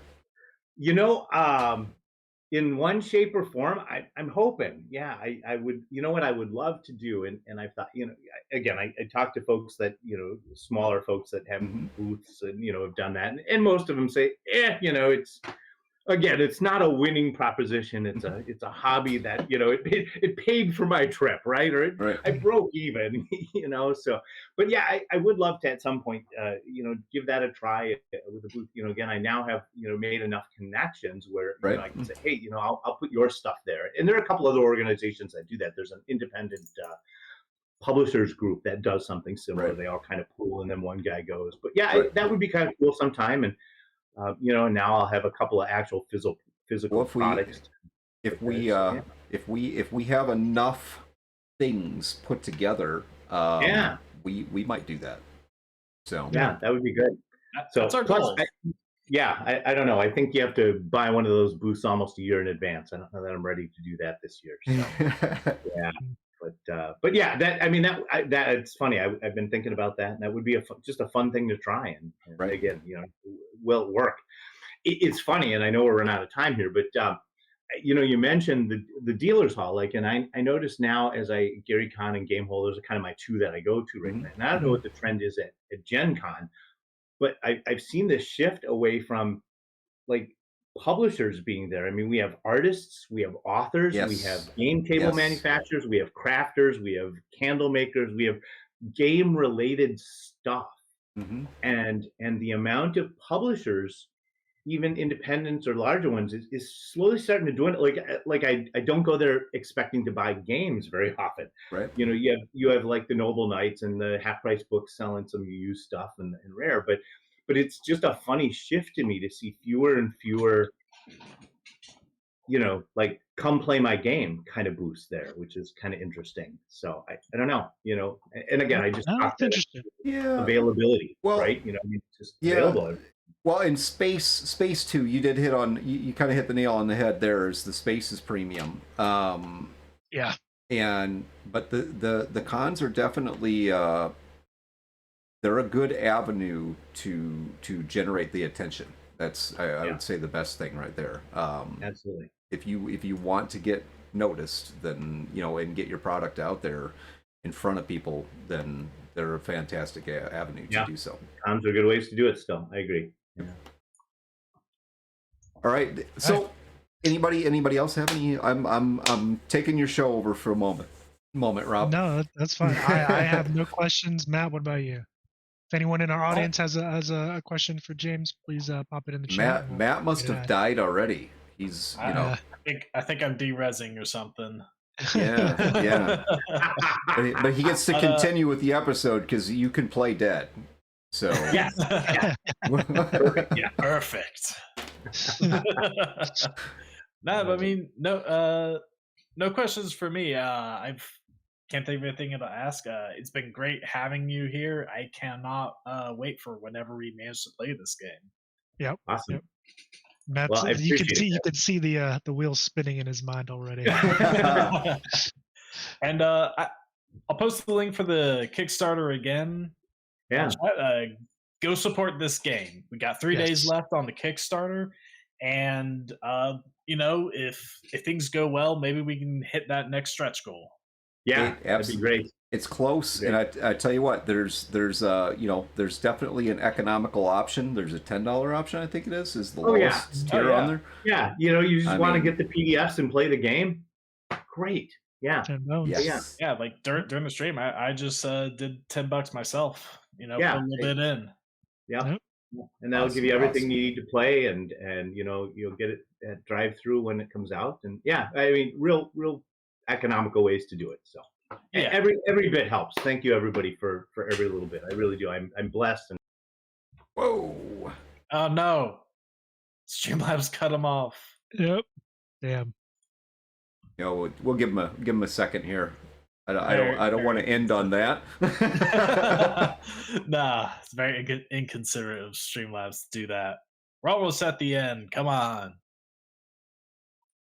Absolutely. So yeah, fantastic Kickstarter. James is great to have on, and you know, I enjoy talking to people who have built this type of experience, and you know, really can speak from a place of being, you know, in the trenches, for lack of a better way to put it. It's really good stuff, because it gives you that core piece of understanding where people are, you know. Because most of the people that are out there's so many, and you know, you're familiar with this, that are out there trying to create the next great game, and there's a lot of really awesome material that's out there, but yes, it does take work, and there's a lot of things that go into it, and yeah, I'm talking about you right now, James.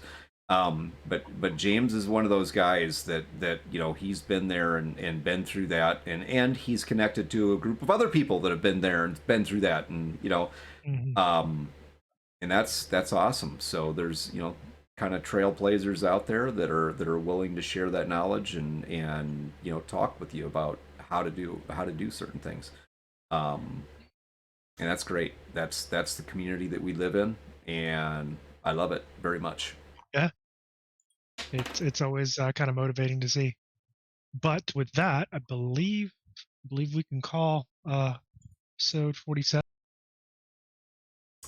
Wow, you're kidding me.